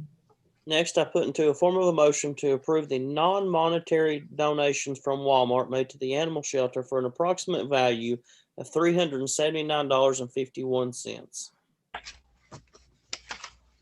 Second. Motion by Mr. James, second by Mr. Campbell. Any discussion? Hearing none, Madam Clerk, call the roll, please. Willie Campbell, Aye. Mark Blevins, Yes. Robert A. Cuff, Yes. Nancy Brown, Yes. Mike Hill, Yes. Julie Gwynn, Yes. Bradley Johnson, Yes.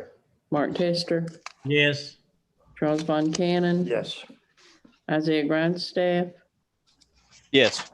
Jerry Prophet, Austin James, Yes. Ross Garland, Layla Ward, Yes.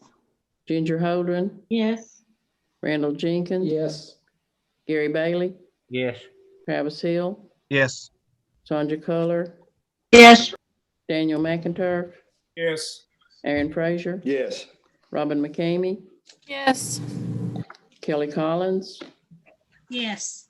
Thomas Prophet. Yes. 22 ayes. Motion passed. Thank you. All right, next I put into a form of a motion to appropriate $5,000 from the capital outlay line item to the courthouse security project. Second, Mark Blevins. Motion by Mr. James, second by Mr. Blevins. Any discussion? Yeah, what's the additional funding for? So this didn't get to come through budget committee, but we've got to get it pushed through. The mayor contacted me to be able to wrap this project up. Apparently what had happened before our time, the commission approved purchasing the current X-ray or the current metal detectors that we have, and they do the full body metal detection, if I understand correctly, and the new metal detectors do the 3-point metal detection.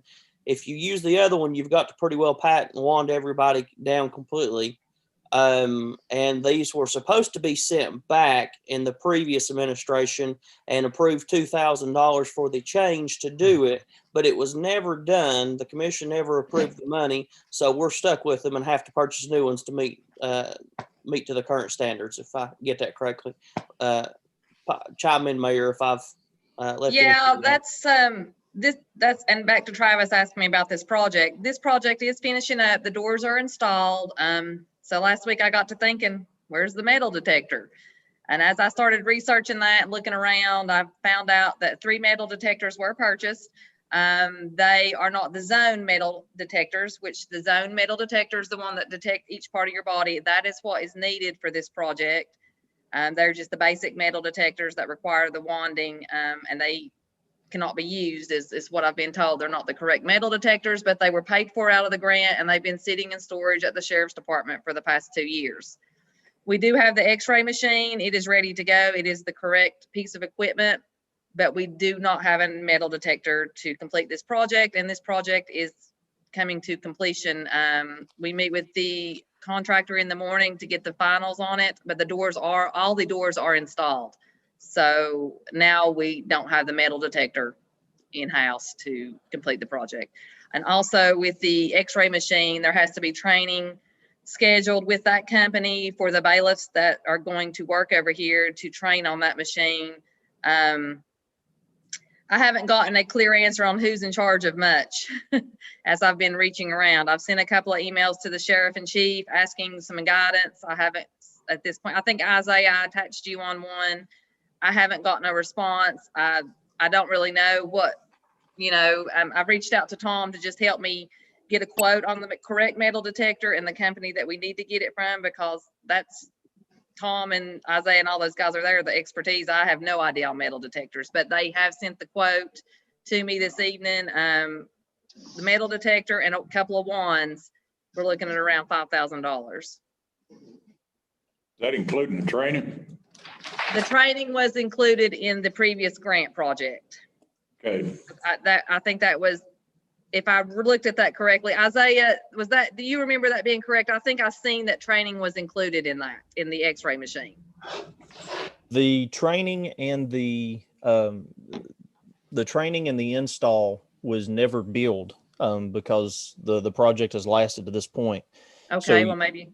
You would have to, I think the training comes with the metal detector. I don't think it was a matter of, the cost of the training. I think it was more of the cost of the install, because that is something that has to be put together and put in place And then by build that afterwards. company, and then build afterwards. The issue was, and Brad might remember it, but the issue was whenever we had spoken with Brad was we weren't going to, we're just now coming to completion now. We couldn't actually pay for that and build that out because that wasn't going to be completed underneath the time frame of that grant. So that's where we are on the metal detector situation. Are we going to be able to move the other metal detectors or use them somewhere else? Not really. Great. Can we sell them? No, because I think that's an issue with the grant. There's stipulations on a grant. There's guidelines on there, and I don't. I do think there could possibly be a possible resolve with them as far as the school system. So we can put them in this. I have reached out to Dr. McAbee on those, and he's going to let me know, and that may be something I bring back to budget or the commission. If it's, I know they're wanting one for Siam, and this is the exact type of metal detector a school would need, because the students shouldn't be bringing anything in. So it wouldn't need to be a zone metal detector. This is just a basic metal detector that the schools would use. And so that may be an option. As you're saying, and I'll chime in on that, just to the difference, and Brad Johnson would understand this too. Yeah, you guys know more about that, Isaiah. That's your area. The metal detectors work, and they are appropriate for use in a commercial or a governmental environment. The issue is, as you pass through a metal detector, you just get an alert. With the other metal detectors, they're made for a more high traffic environment that you would have during a court day. They actually give you an alert on a zone. So they break your body down basically into thirds, let's say. And so if you walk through and you have like a necklace on, it alerts the top third of your body. So they can wand you through faster if they know where to kind of prioritize that. The wand you're using in the operating room. Yeah. Picks up sponges. Isaiah, any meetings? Sorry, I just heard talking in the background, so I stopped. I didn't know if there was a question or something. Okay, apparently not. So, but that's the difference between the metal detectors. Those metal detectors would do good in a low traffic environment. They just weren't made for a high traffic environment where you have a lot of bodies passing through, where you need to get people out of the rain and whatnot. So, the schools was an example there. That would be a very, a very good environment for them to be in, because, typically in that environment, if someone brings something in, you want to know. You don't really care where it's at. You want to know immediately. So. And Isaiah, while you're talking, and I just want to ask you, who should be responsible for ordering this metal detector? I mean, I'm not an expert in metal detectors. So I'm not sure who was responsible for ordering the 3 that are over there from the previous, when the grant was approved. Courthouse security actually was the one that was the courthouse security committee, and that group was actually through Melissa Moreland's office, was the ones that actually done these to begin with. I obtained quotes and things as I was told to. I was helping Miss Moreland at the time. As far as who is responsible for security, I mean, that would ultimately be the sheriff. As far as responsible for ordering these, I mean, I can't tell you that one. That, there is a metal detector upstairs next to the Chancery courtroom. Right. That does do zones. I mean, temporarily speaking, you're going to wand everybody as they come in. Search everyone as they come in. There's an option, but that needs coordination with the sheriff and the bailiffs to be able to work the way that it should work. Well, once this money's appropriated, I'm still not sure who's responsible for placing the order for the metal detector. I mean, I Nominate the mayor. Huh? I nominate the mayor. Sure, I'll work on getting a metal detector. Well, the quote that you sent me, Mr. Smith's outlined where it comes Yeah, from. and I did. Outlined what kind it is. So it should be just as I easy. think we better wait till next month so we know what we're doing. Well, it's a time-sensitive situation because of this project is finished. We're going to have to do something with a metal detector. I mean, we can use this one up here temporary, like if the sheriff wants to, like Isaiah said, but I'm not real sure how the sheriff wants to handle this. Director Burt. Sir? Yes, sir. I had made the motion to approve this to come out of the capital outlay fund, but can we take this from the courthouse courthouse maintenance fund? Yes. Okay, I'd like to change my motion to do that with the courthouse maintenance fund. If I can't, who seconded it there, Travis? I'll accept Mr. it. Blevins. Accept it. Okay. Yeah, I accept it. Okay. Okay, Mr. Chairman, Yes, sir, Mr. Bailey. can I get some clarification on something? So if these things are they $5,000 and we have 3 of them sitting over there that we can't use? Not 1, but 3? Greg, there's 3. I'm told there's 3, but I don't know if those costs, I don't know what the cost was. Yeah, and I don't think the county bared any cost on that very much anyways. I don't believe, Commissioner Bailey, because those were paid through a grant. Okay, thank you. Any further discussion? Hearing none, Madam Clerk, call the roll, please. Willie Campbell, Mark Blevins, Robert A. Cuff, Yes. Nancy Brown, Yes. Mike Hill, Yes. Julie Gwynn, Yes. Bradley Johnson, Yes. Mark Tester, Yes. Charles Von Cannon, Yes. Isaiah Grindstaff, Yes. Jerry Prophet, Austin James, Yes. Ross Garland, Layla Ward, Yes. Ginger Holden, Yes. Randall Jenkins, Yes. Gary Bailey, Yes. Travis Hill, Yes. Sandra Culler, Yes. Daniel McInturf, Yes. Aaron Frazier, Yes. Robin McCamey, Yes. Kelly Collins, Yes. Thomas Prophet. Yes. 22 ayes. Motion passed. Thank you. All right, next I put into a form of a motion to approve $6,800 from the capital outlay line item to the architect line item for surveying at the Great Lakes facility.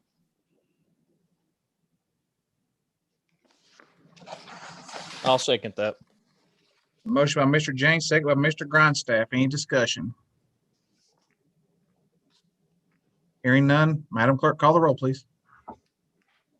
Willie Campbell, Mark Blevins, Yes. Robert A. Cuff, Yes.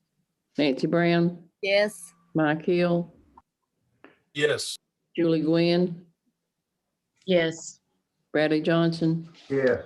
Mark Tester, Yes. Charles Von Cannon, Yes. Isaiah Grindstaff, Yes.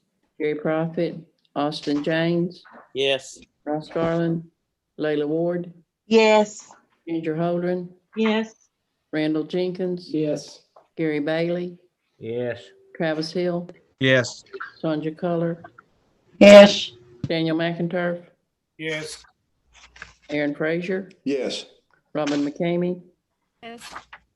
Kelly Collins, Yes. Thomas Prophet. Yes. 22 ayes. Motion passed. Thank you. All right, unless anybody has anything else, that concludes the budget. Thank you, Chairman James. Next, we'll move on to nominating with Chairman Frazier. Only thing that we've currently got outstanding is the vacancy on the IDB. Again, reach out to other folks that you know to try to get a individual not on the county commission and not a county employee involved. Chairman Frazier, you want to go ahead and cover Main Street and IDB? Yeah, well, I'm not on the IDB board. JCDB met,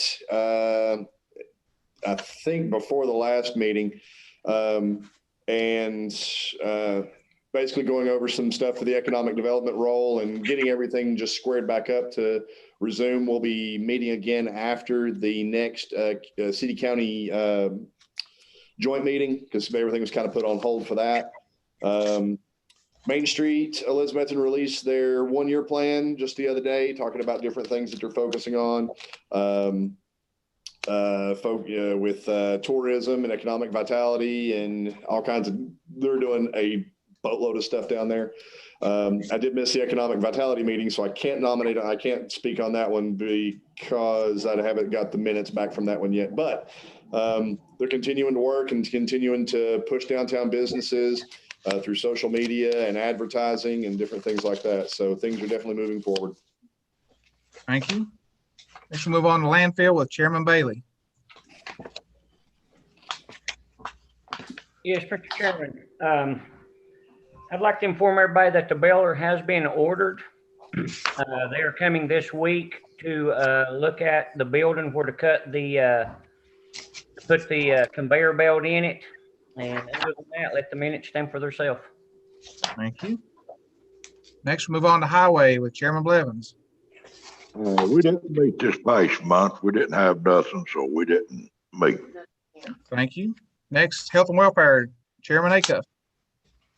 Thank you, Chairman. I will let the minutes speak for the deliberations of the committee. However, I think most of you received an email this afternoon from Brad Shields, who is Chief Operating Officer for Blue Ridge Energy Corp., which for us would be RidgeLink. They had a meeting with Crystal Ivey, who is the broadband director for the state of Tennessee, earlier this week. And she felt very good about the funding that was put aside in the governor's budget for rural initiatives. I think the legislative body, General Assembly, has got to vote on those dollars, but she felt very positive about it and thought we were in a very good position to receive some of those fundings as they go out. I think we've already reported that RidgeLink has already pre-engineered District 6 up around Little Milligan, Elk Park, et cetera, and we'll be moving to make that our first project. There's some indication that those grants will not be approved to be applied for until this summer. So it may be fall, and we may have to come back to the commission during the budget process and ask for that $600,000 set aside funds to match some of the initiatives. But that's what we have, Chairman Hill. Thank you. Thank you. Financial management, Chairwoman Holdren. Thank you, Chairman Hill. Financial management has been looking at capital and non-capital asset management policies and procedures for the past 3 months. They are now in a final state, and Michael Kennedy sent them to everyone last week. I hope you've had a chance to look over that, because I put in the form of a motion the presentation and approval of Chapter 10 and Chapter 11 on capital assets and non-capital assets policies and procedures as updates to the manuals. Who's that second? Mr. James? Yes. Okay, we have a motion by Ms. Holdren, second by Mr. James. Any discussion? Hearing none, Madam Clerk, call the roll. Willie Campbell, Yes. Mark Blevins, Yes. Robert Acuff, Yes. Nancy Brown, Yes. Mike Hill, Yes. Julie Gwynn, Yes. Bradley Johnson, Yes. Mark Tester, Yes. Charles Von Cannon, Yes. Isaiah Grindstaff, Yes. Jerry Prophet, Austin James, Yes. Ross Garland, Layla Ward, Yeah. Ginger Holdren, Yes. Randall Jenkins, Yes. Gary Bailey, Yes. Travis Hill, Yes. Sonja Color, Yes. Daniel McIntyre, Yes. Aaron Frazier, Yes. Robin McCamey, Yes. Kelly Collins, Yes. Thomas Prophet. Yes. 22 ayes. Motion passed. Thank you. Thank you. Director Burke, we will be looking at budget policies this coming month. Is that correct, sir? That is. Okay. These are taking a little longer than I realized they would, but there's a lot of detail that goes into them. So we'll get budget policies underway starting in March. Also, Director Burke, I know our committee made a motion for you to go before budget whenever you and the city got things worked out on the Dollar General fiasco. So since you didn't present the budget, I assume that means you and the city haven't come to an agreement yet? We have come to an agreement on the amount for the repayment to the city from the county general fund and general purpose school fund.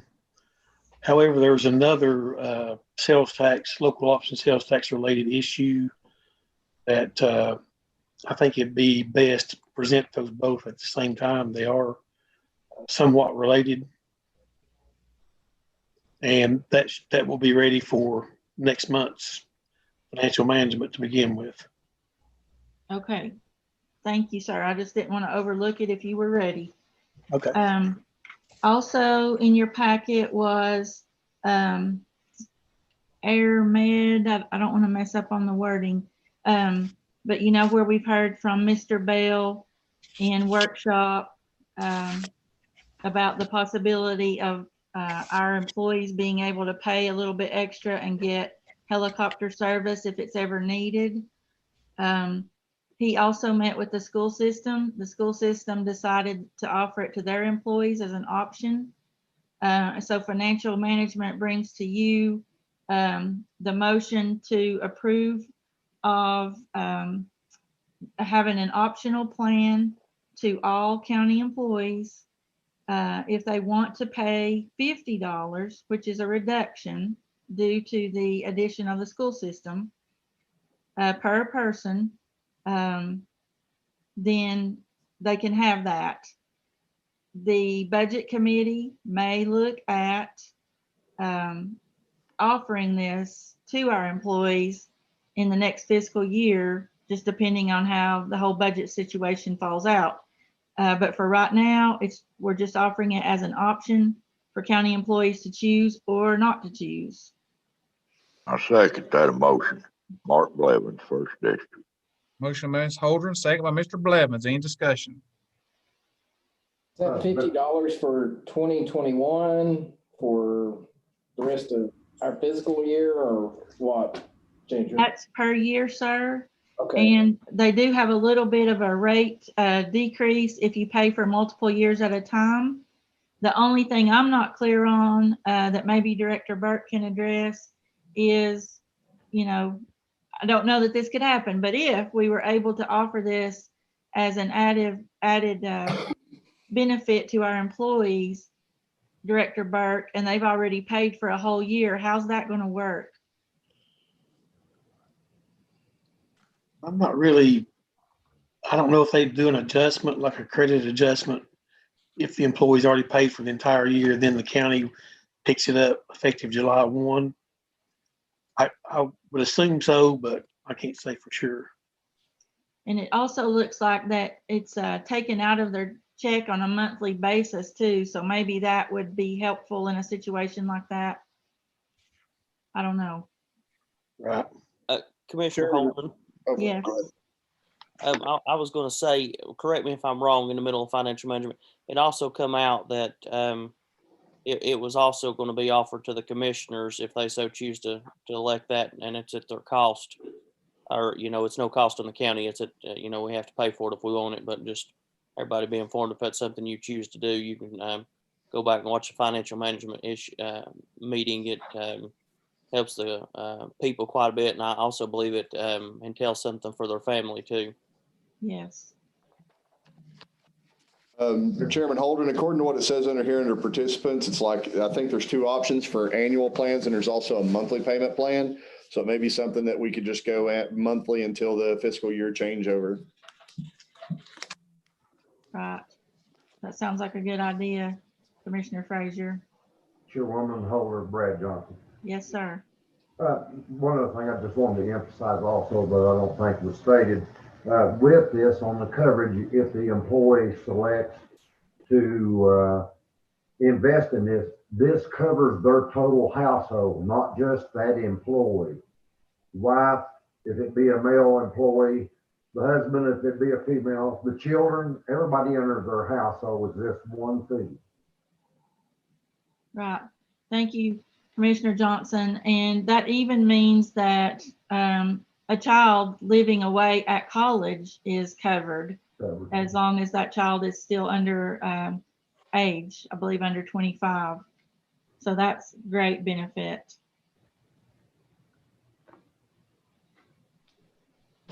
Any further discussion? You're Hearing saying none, Madam it's- Clerk. Oh, go ahead. You're saying this is everybody's choice, Ms. Holden? Yes, Commissioner Campbell, that's right. They can take it or not take it. Okay, thank you. Anyone else like to speak? Hearing none, Madam Clerk, call the roll. Willie Campbell, Yes. Mark Blevins, Yes. Robert A. Cuff, Yes. Nancy Brown, Yes. Mike Hill, Yes. Julie Gwynn, Yes. Bradley Johnson, Yes. Mark Tester, Yes. Charles Von Cannon, Yes. Isaiah Grindstaff, Abstain. Jerry Prophet, Austin James, Yes.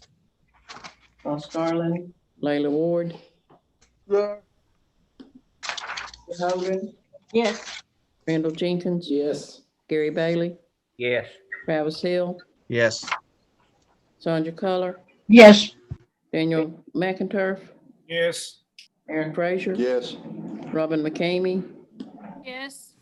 Kelly Collins, Yes. Thomas Prophet, Yes.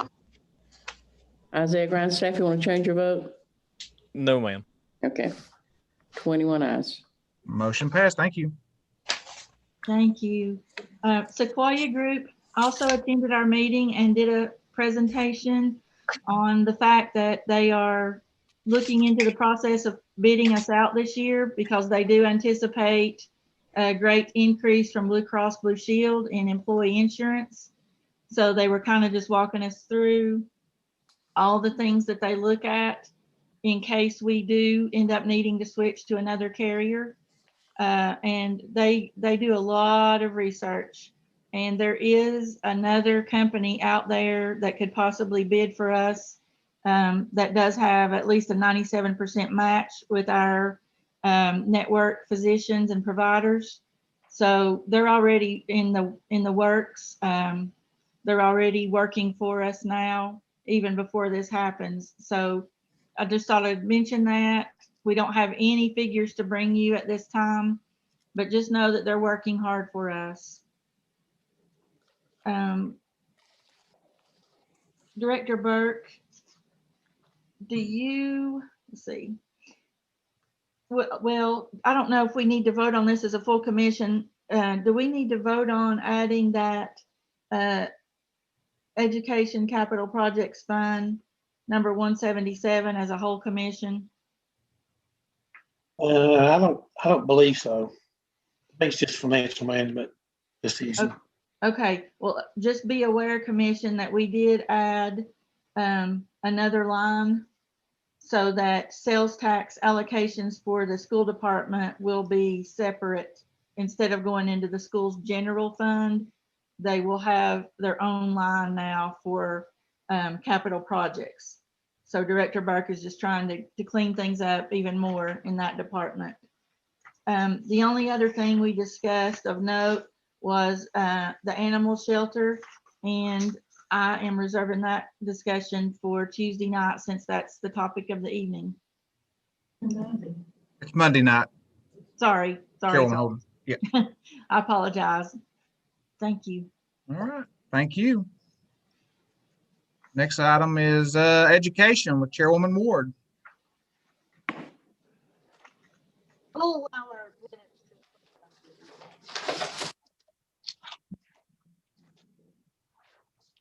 Layla, we can't hear you. Can you hear me now? Yes.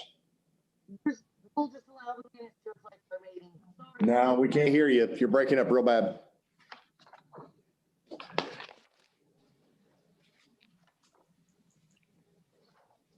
We'll come back to Chairwoman Ward. Let's move on to building and grounds with Mr. Grindstaff. Yes, we'll just let the minutes reflect. The mayor's hit several of the big points that we had hit during the Building and Grounds Committee meeting. Also, if I understood Commissioner Ward, she stated that she was just going to allow the minutes to reflect. Okay, thank you. Okay. Next will be. If she has nothing, I'd like to say something about education. Yes, sir. Go ahead, Mr. Von Cannon. As you know or may not know, the Board of Education did commission a Dr. Keith. What was his name? Dr. Keith Brewer, to study the school system from a standpoint of consolidating schools, teacher overages, student teacher ratios, and that's going to be coming our way at some point in time, maybe not, according to the Board of Education. But several years ago, a fellow by the name of Dr. McMahon spent 2 years studying the school system and developed a voluminous study. And I thought it was one of the best things that could have happened, but it was premature. It seems that anything we do in this county, there's got to be an optimum time for it to occur. And maybe this is the time for education to take a look at itself. If you don't have a copy of Dr. McMahon's study, and I haven't been able to find mine, but somewhere there's bound to be several copies. That needs to be looked at in conjunction with the new report by Dr. Brewer. He says that those of you have been in education, in the classroom, as teachers, some administrators, the basic education plan that's coming from the state allocates how many teachers you can have per student and where they go. Right at the moment, the Carter County system has 77 teachers that are not paid by the state. Why? Obviously, it looks as though it's teacher-student ratio. But student ratio is not controllable if you're in schools where you have small enrollments. So in order to make BEP, you've got to have students in a large school. But anyway, that's just some of the things that will be coming up. Consolidation possibly, based on age of schools, transportation. There's all kinds of variables in this county, especially the mountains, the way they're configured. There's some schools you just can't do anything with except keep them, and rightly so, because of transportation of the curvy roads, etc. However, I would advise if we can get a copy of this new study to begin to look at it, because you and I both know that by just taking the 77 teachers and the benefits and the salaries, you're talking about almost $3 million you could save. Now, I don't know if saving it in is the thing to do or not, because I do know this. The students are why we're here. They're the future, and they've got to be protected, and the teachers have got to be protected. But anyway, it's coming. So give it an open mind, because at some point in time, with the reduction from 7,000 students to the present 4,700 and a few, that's a big number coming from the state. Because generally we've been getting $5,000 or $6,000, $7,000 from state per student, as long as they fall within certain teachers ratios. That's not coming to us now because of the, we're not meeting the BEP that state outlines.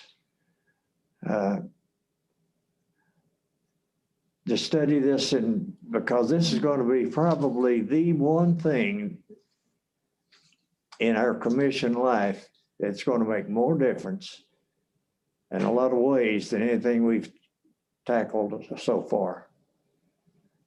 Even the pandemic, I think Carolyn Hurd's got that under control in this county if we will hurry and get it done. Thank you, Mr. Von Cannon. Chairman Move Hill. on. Yes, sir. Daniel McInturf, 7th. Mr. Von Cannon, the school system is over 77 teachers, but if you listen to the information that was provided the other night, normal school systems are over 25% of their BEP. Carter County is over 27%.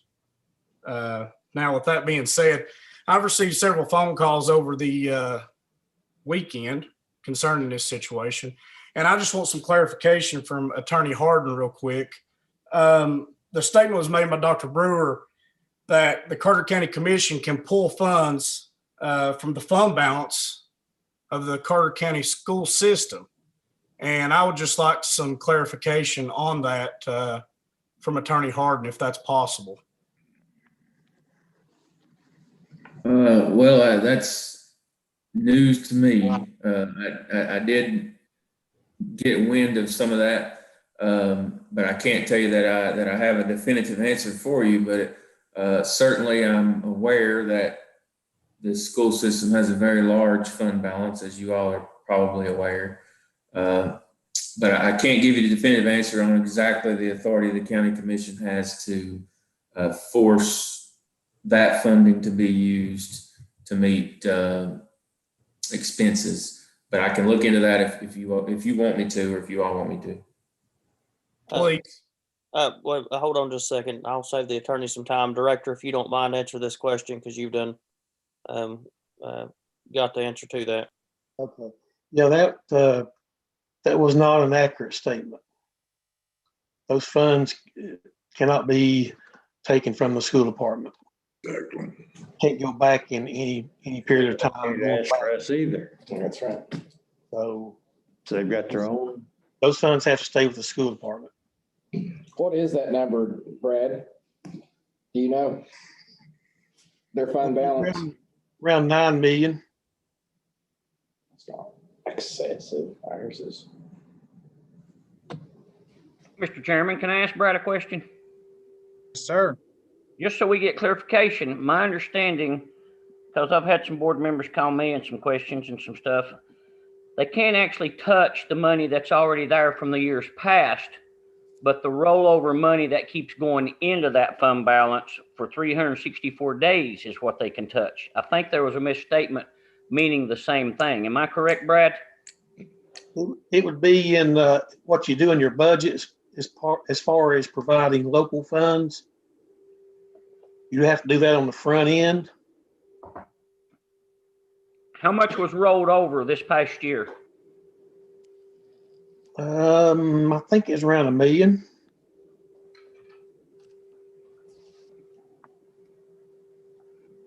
More than that. Rolled over. Oh, of course, some of that was due to the COVID, lower transportation cost and part-time and temporary personnel. A portion of that was due to that reason.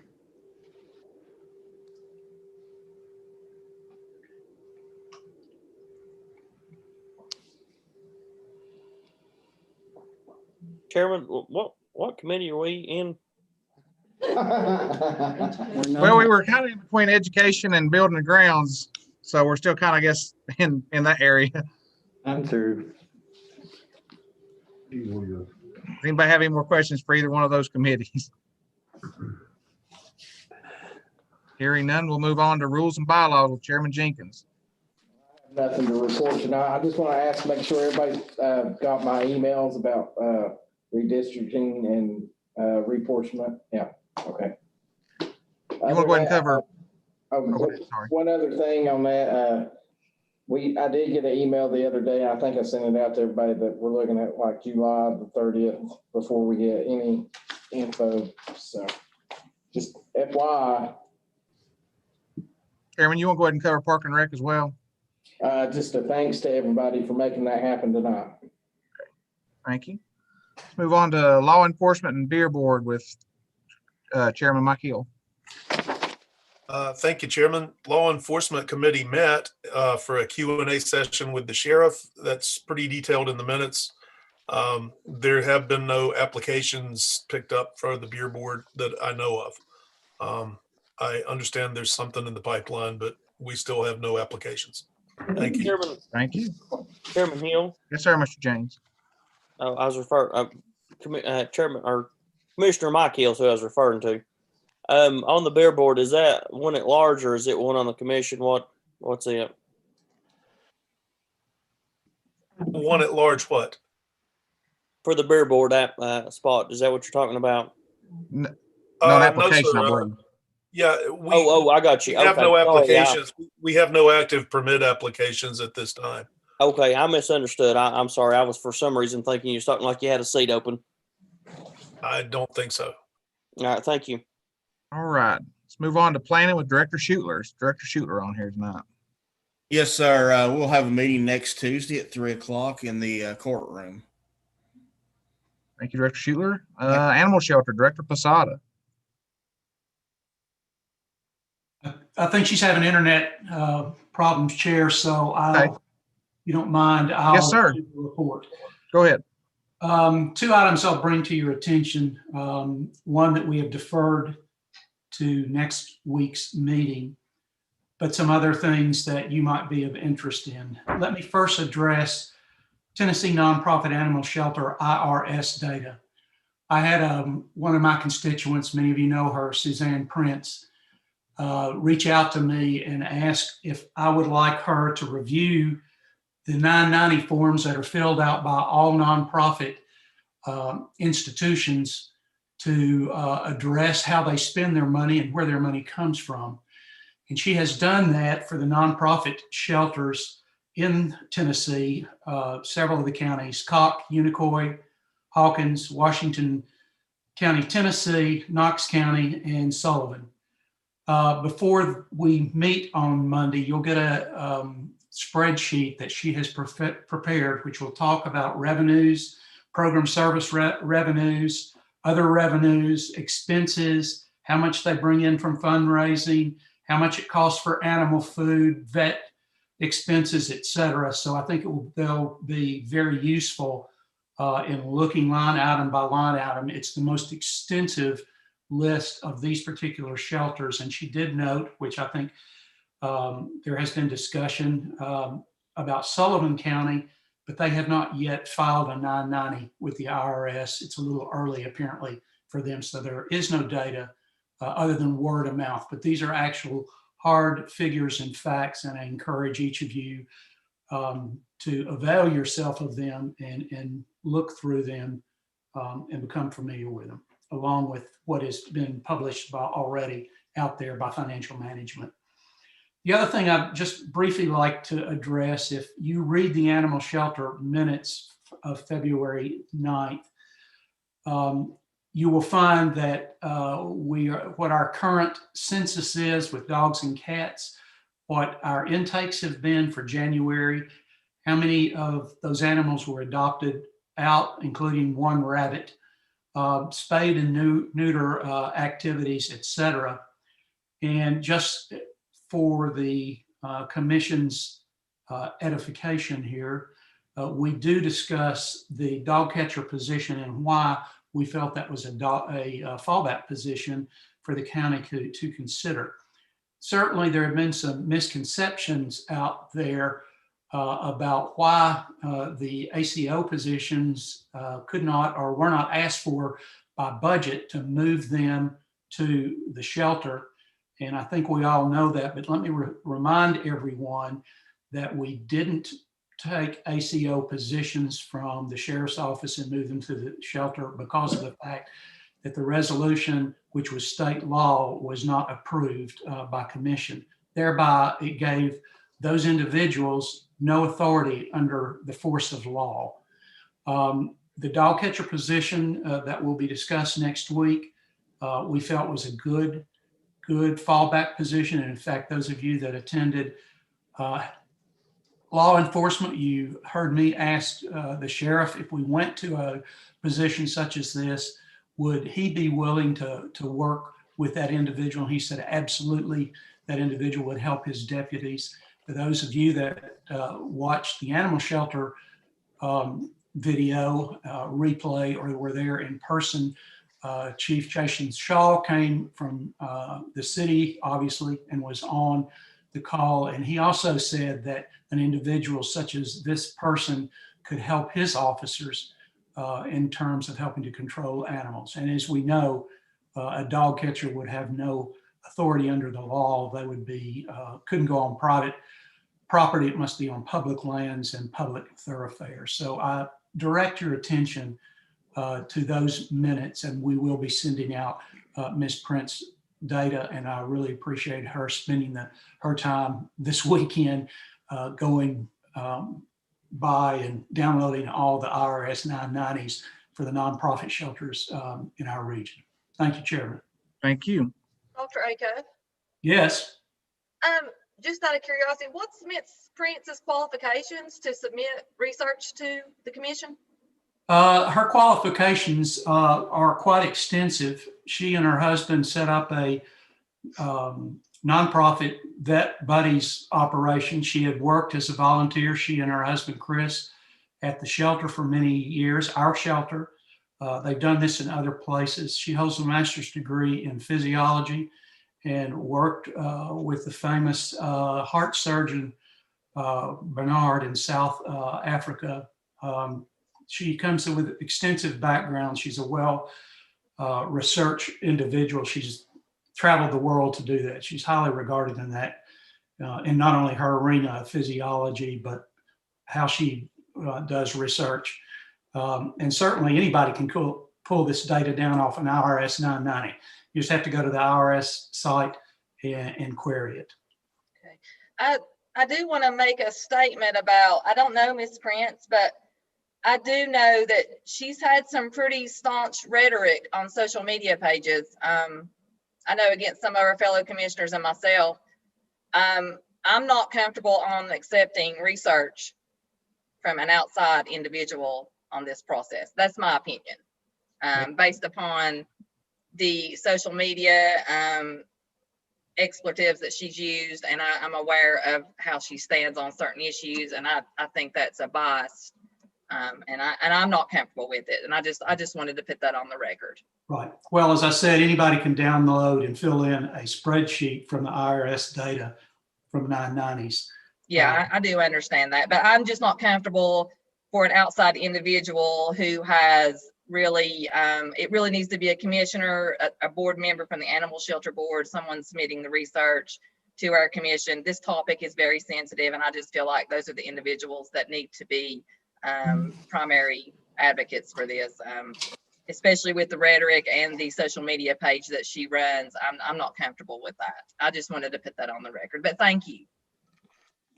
Chairman Hill. Yes, sir, Mr. Blevins. I will have to agree with Miss Woodby on that 100%. Chairman Hill. Yes, sir, Mr. James. Commissioner Acuff, would it be too much of a problem if she gave you the research or the board and let you all verify everything before you submit it to us, so that we clarify all this up and don't have no problem here? Yeah, be happy to do that. Thank you, sir. Chairman. Yes, sir, Mr. Hill. I can add the 990 forms for Watauga and Avery County, North Carolina shelters. It's kind of hard to impeach the actual tax returns of a nonprofit agency, no matter who actually did the pull down from the website. But I'll throw that into the kettle as well. There's some information in there that's quite different than what is being circulated. Thank you. Thank you. Anyone else? Hearing none, we'll move on to City Council. I think Mr. Tester was at that meeting. Yes, sir. The council was in discussion about the economic development position being partnered with the city and the county, and they voted, let me restate this exactly, they voted to try to proceed forward and get some information on the salary and the cost and all like that, and work with the county on this particular position. However, they were not in favor or did not express no interest whatsoever in a grant writer. So they felt like they did not need one of those. And so it would be just moving forward to work the details out if we wanted to partner with the city on this position. So that's, Mr. Hill, you was there. Is there anything else I need to add? I don't think so. I mean, I think they took a vote, and I think it was 6-1 I think they wanted to see if the county still wanted to do it and then send it to the board to do all that research, I believe. I don't know if we need to take a vote that says that we still want to try to partner with the city and basically send the same information along to the board, or what we want to do. Mr. Chairman, Yes, sir, Mr. Bailey. can I ask a question? If we vote and go forward with this, are they still wanting this to be like a 80-20 split where they put the 20 and tell us what to do and we put the 80 and just ride along? Boy, we're going to heal. We're going to heal good. I mean, that's the way they presented it. Basically, they want to give 20% and tell us what we're going to do. So, I mean, I just got to ask, do we get to ride for 80%? Do we get to drive? Chairman Hill. Yes, sir, Mr. James. If I might, can we just defer this off to Budget Committee and fix the financial issues of it, and then if the city, we can come up co-op to an agreement there, see about moving forward. I think that will be fine. And also, I'd like to defer back to Chairman Acuff, or Commissioner Acuff, I apologize. Okay. If you don't mind, can we make sure that we get whatever research that is available by Friday, so we can have time to review it before we go into the meeting? I'll do my best. I greatly appreciate it. Thank you, sir. Anybody else? Anything else, Mr. Tester? No, sir. Thank you. All right. I think that clears up all committee. Agriculture didn't meet this month. Not yet anyway. So probably have those next month. Next on the agenda is County Attorney Report. Attorney Harden. Yeah, I'll submit the written report like I always do. It'll be with the minutes, I guess, that y'all will see next month. As far as litigation goes, obviously things are kind of slow through the courts right now. There's still about, I think, 10 litter complaints through planning that are pending.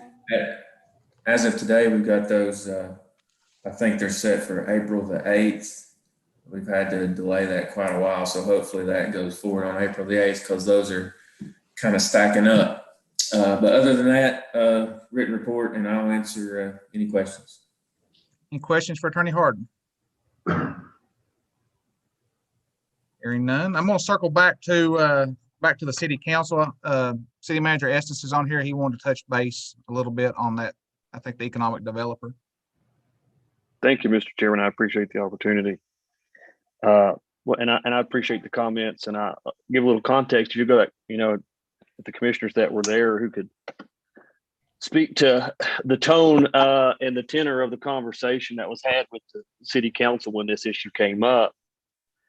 And I think this will be fair, a fair reflection of it, but you can, again, give your opinion if you wish.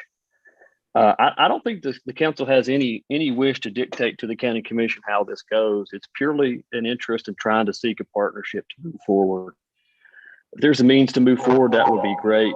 And I know Mayor Woodby can speak to that. On the agenda that was set for that joint meeting was set with Pat Hardy, Rick Hall, Mayor Woodby, and myself. And we did so with, common understanding of where we were going and how to proceed. So if there's any input or any opinion on how to proceed, obviously that's what the process is for. We don't wish to dictate, we don't wish to control, and I've said this to a few individual commissioners that I've had the opportunity to speak to one-on-one. I think the beginning of working together is communication. And if the county commission is under the impression that the city wishes to dictate how this will proceed, the answer is no. But also, if you're under the impression that the city council is willing to be dictated to, the also answer would be no. I think it's an opportunity to move forward if you wish to take it. Again, the door is there. I've said that at least a couple of times when this issue had come up over the last 6 months at budget committee. And the budget committee members can speak to that. When this came up, I said, hey, the door is open. If you wish to communicate with us and you think it would be of our mutual benefit to work together on this issue, we are here. That's what I heard from city council Thursday night, was a willingness and an interest to move forward if there's a path forward. The door was open. They said it by a vote. And frankly, I was the one who brought it up at the Joint Economic and Community Development Board, not to proceed until we heard from the various bodies, that being the city and the county primarily, if there's an interest in actually trying to work this out, because there's no need to proceed on fruitless adventure. But if there is a path forward, we'd like to see that. So I'll be happy to answer any questions either tonight, or you can call the office.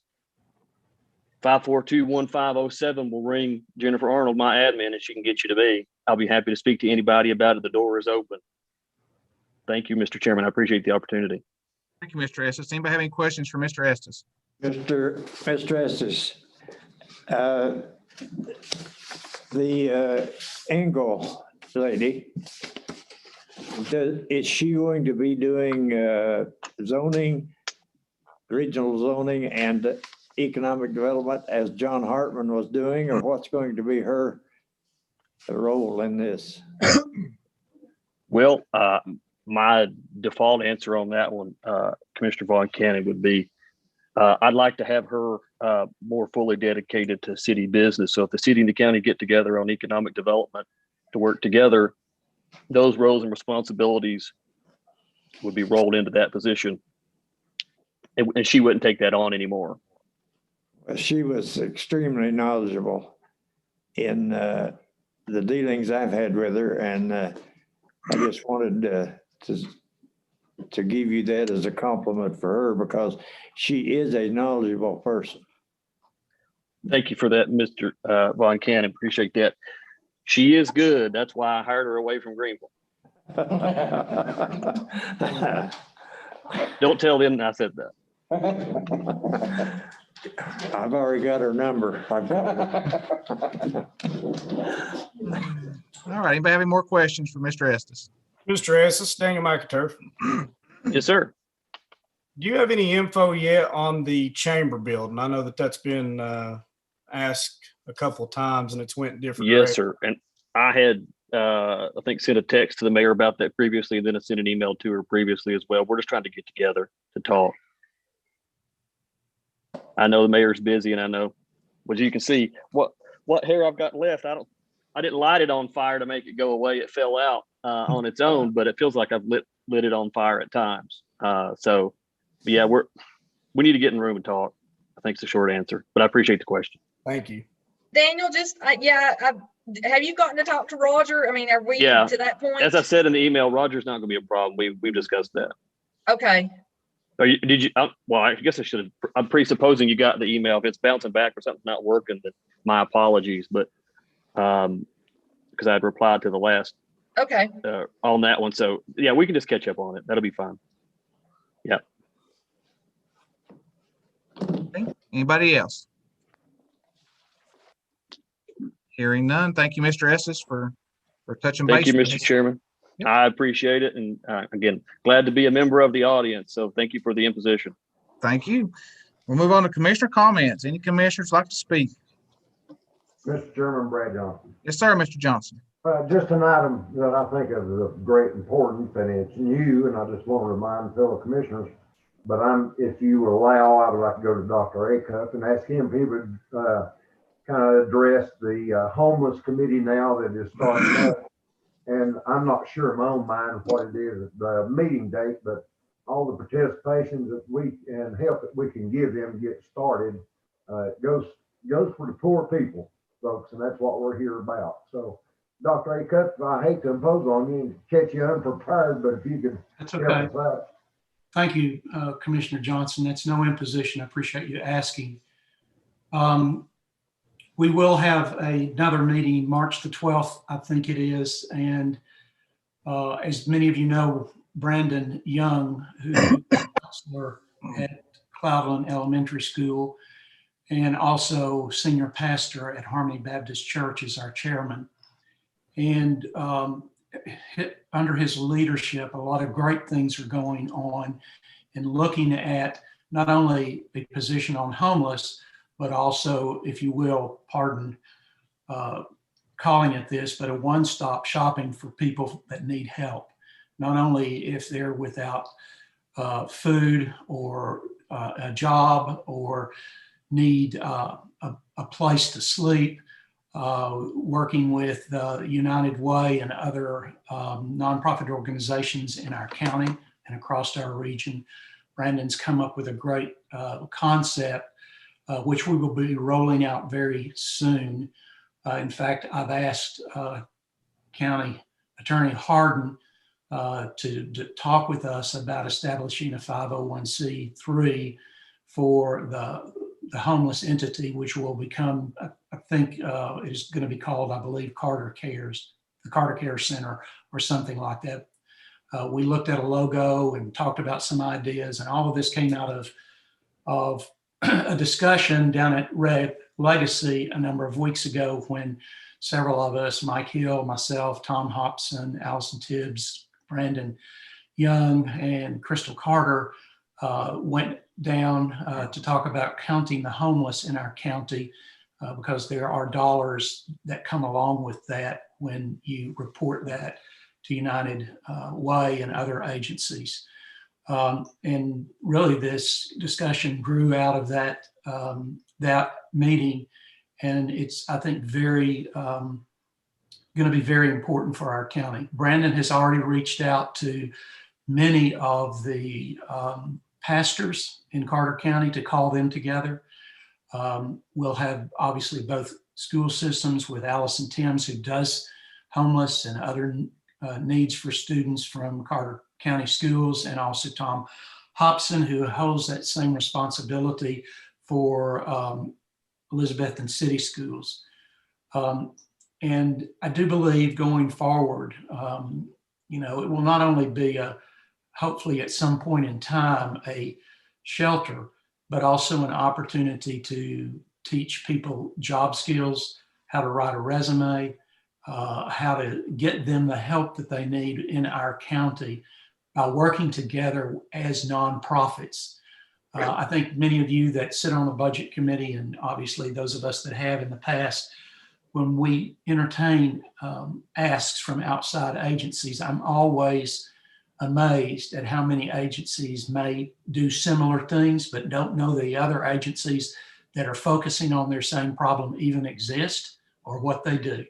So hopefully an entity like this will draw those in so we can actually help those individuals, which most of us know as the working poor, the Alice contingency, if you will, in Carter County, but also others that are even less down on the totem pole than they are, that truly need help.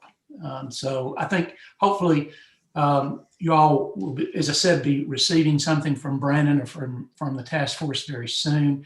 And if you get an opportunity to participate in any of the discussions that are coming up, I think the first one we're looking at, since Valley Forge is such a large church, Brandon's already reached out to the senior minister, and he has graciously allowed us to be able to physically distance in that space with the appropriate safety accoutrements, masks, etc., to discuss this issue one-on-one. Of course, there's many pastors that would like to be there. We welcome them.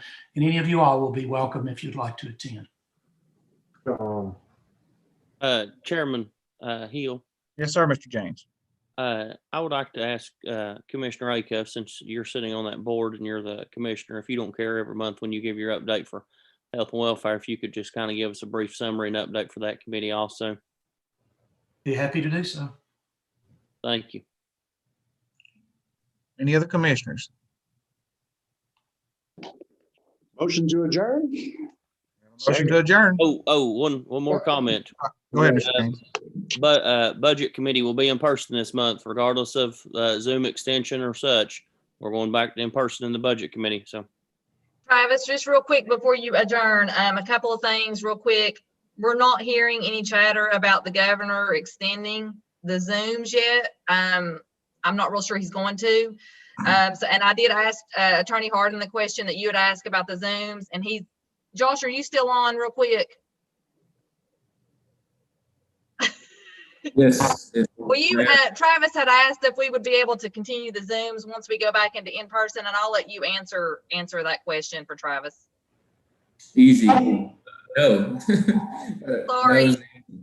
The reason I was asking is if we could still just Zoom it for everybody, right. not people to vote on. Everybody has to be there in person, but can we Zoom it for the public?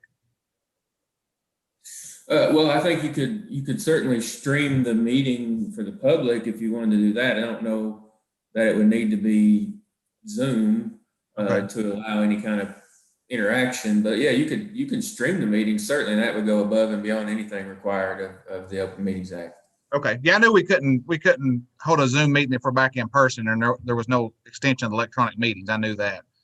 Right, and nobody could vote electronically that wasn't present. So yeah, but certainly live stream the meetings is always permissible. Okay. And one of let me interject something here. I think Travis was referring more to like public comment to keep the courtroom from becoming overloaded or something like that, or still allowing the public to comment if we reach capacity with social distancing in the courtroom.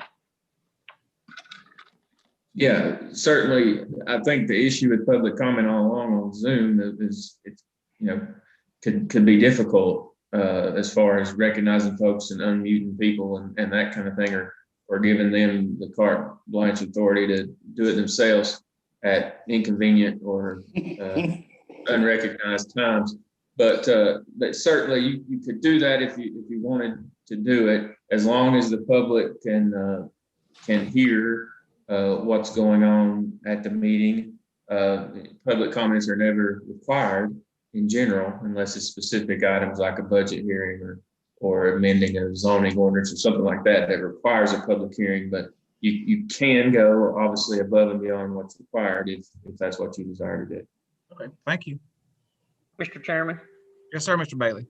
I'd like to put out to all the commissioners to tell their kids at the schools, we still have almost 150 to 180 of the wireless hotspots. They're just not picking them up, and they are bought and paid for by the state for this virtual learning. We give out over, I think, 108 to 112, somewhere right in there. So we're still sitting with way over 150. They're just not coming and asking for them. So any commissioners out there, if you want to know any kids that needs the internet for their virtual, let us know. Thank you, Mr. Bailey. And Travis, one more thing. Commissioner boxes. We've had some commissioners who've not come and picked up anything since probably Thanksgiving. We really, if you don't want anything in your boxes, I need somebody to let Abby know that are getting full and we can't get anything else in them for those who are not coming by here. I know that everybody's done a lot of electronic stuff, but if you'll just let us know so we can clean the boxes out. I think most of the commissioners probably know who they are that haven't been by here. If you'll just shoot Abby an email and let her know that you don't want anything, and we can go ahead and get them cleaned out because they're getting full if you don't come by and pick something up or let us know you don't need those items. Anyone else? Thank you. Just real quick, so if we're gonna go to in-person meetings, we might need to know before we advertise. Just FYI. Yeah, I agree. I just don't know if he's gonna wait till the last minute to give us the nod on that. I say we be the front tier people and just go for it. Josh, can we advertise a Zoom and change it? Was that the stipulation? There was something we could do, right? Well, just for convenience, just for convenience sake and for economic sake, I think we try to do one monthly advertisement. But certainly, as always, around about 5 days in advance is all we have to notify of a different meeting format or time. Okay.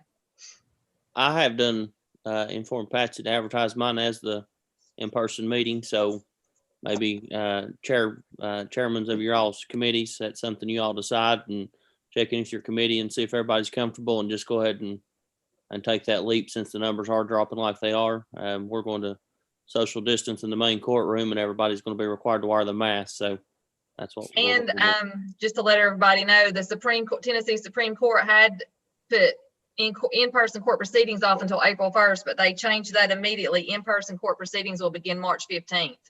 So they rescinded that back even 2 more weeks. So I assume they think the cases are dropping.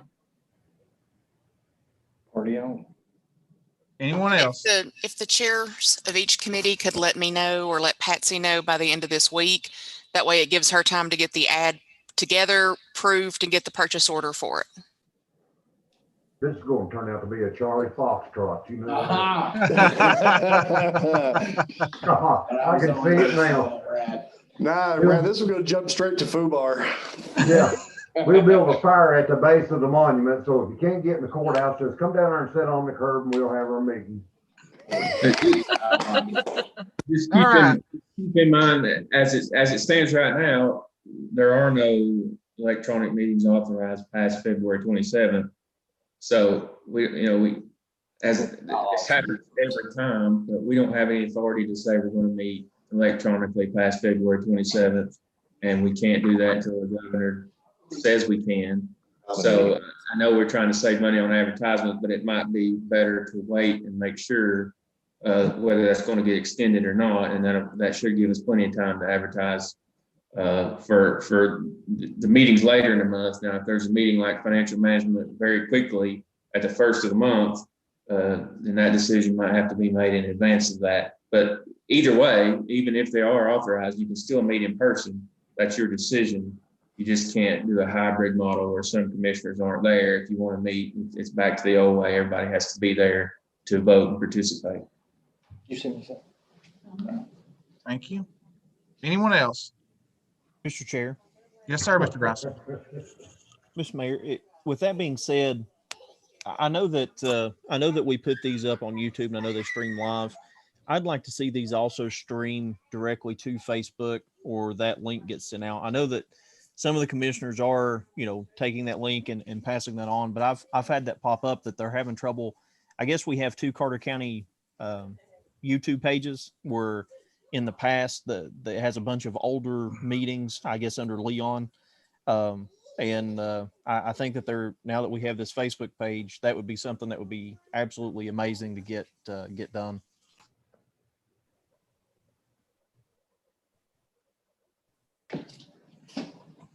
Chairman, Commissioner Grindstaff? Yes, ma'am. I can start posting the links to these on Facebook. I cannot stream to YouTube and Facebook simultaneously through the Zoom software. And I've chosen YouTube because that keeps it in a more usable format for future viewings, whereas Facebook does not allow that. And that's fine. I just think that some individuals are they're getting lost in between the pages. Cause I know that when I try to search on YouTube for a meeting, I always get redirected to that other page. I'm never directed to our current page that have the latest meetings on them. Me too. Abby, can you post a link to our current YouTube page on the Facebook, so that way they can always just go back and click to that if they want to, and that way we can do the meetings, but we also can have a link to the page itself. Yes, and if you actually click the subscribe button, Yeah, I was getting ready to say that. You can a text notification that lets you know when I'm going live. If you'll subscribe to the channel, you'll get a text notification or an email that lets you know that she's streaming right then when she goes to the channel. Look at that. We all became YouTubers overnight. I still have more subscribers. Anyone else? All right, let's try it again. Motion to adjourn. A motion to adjourn. 3 now.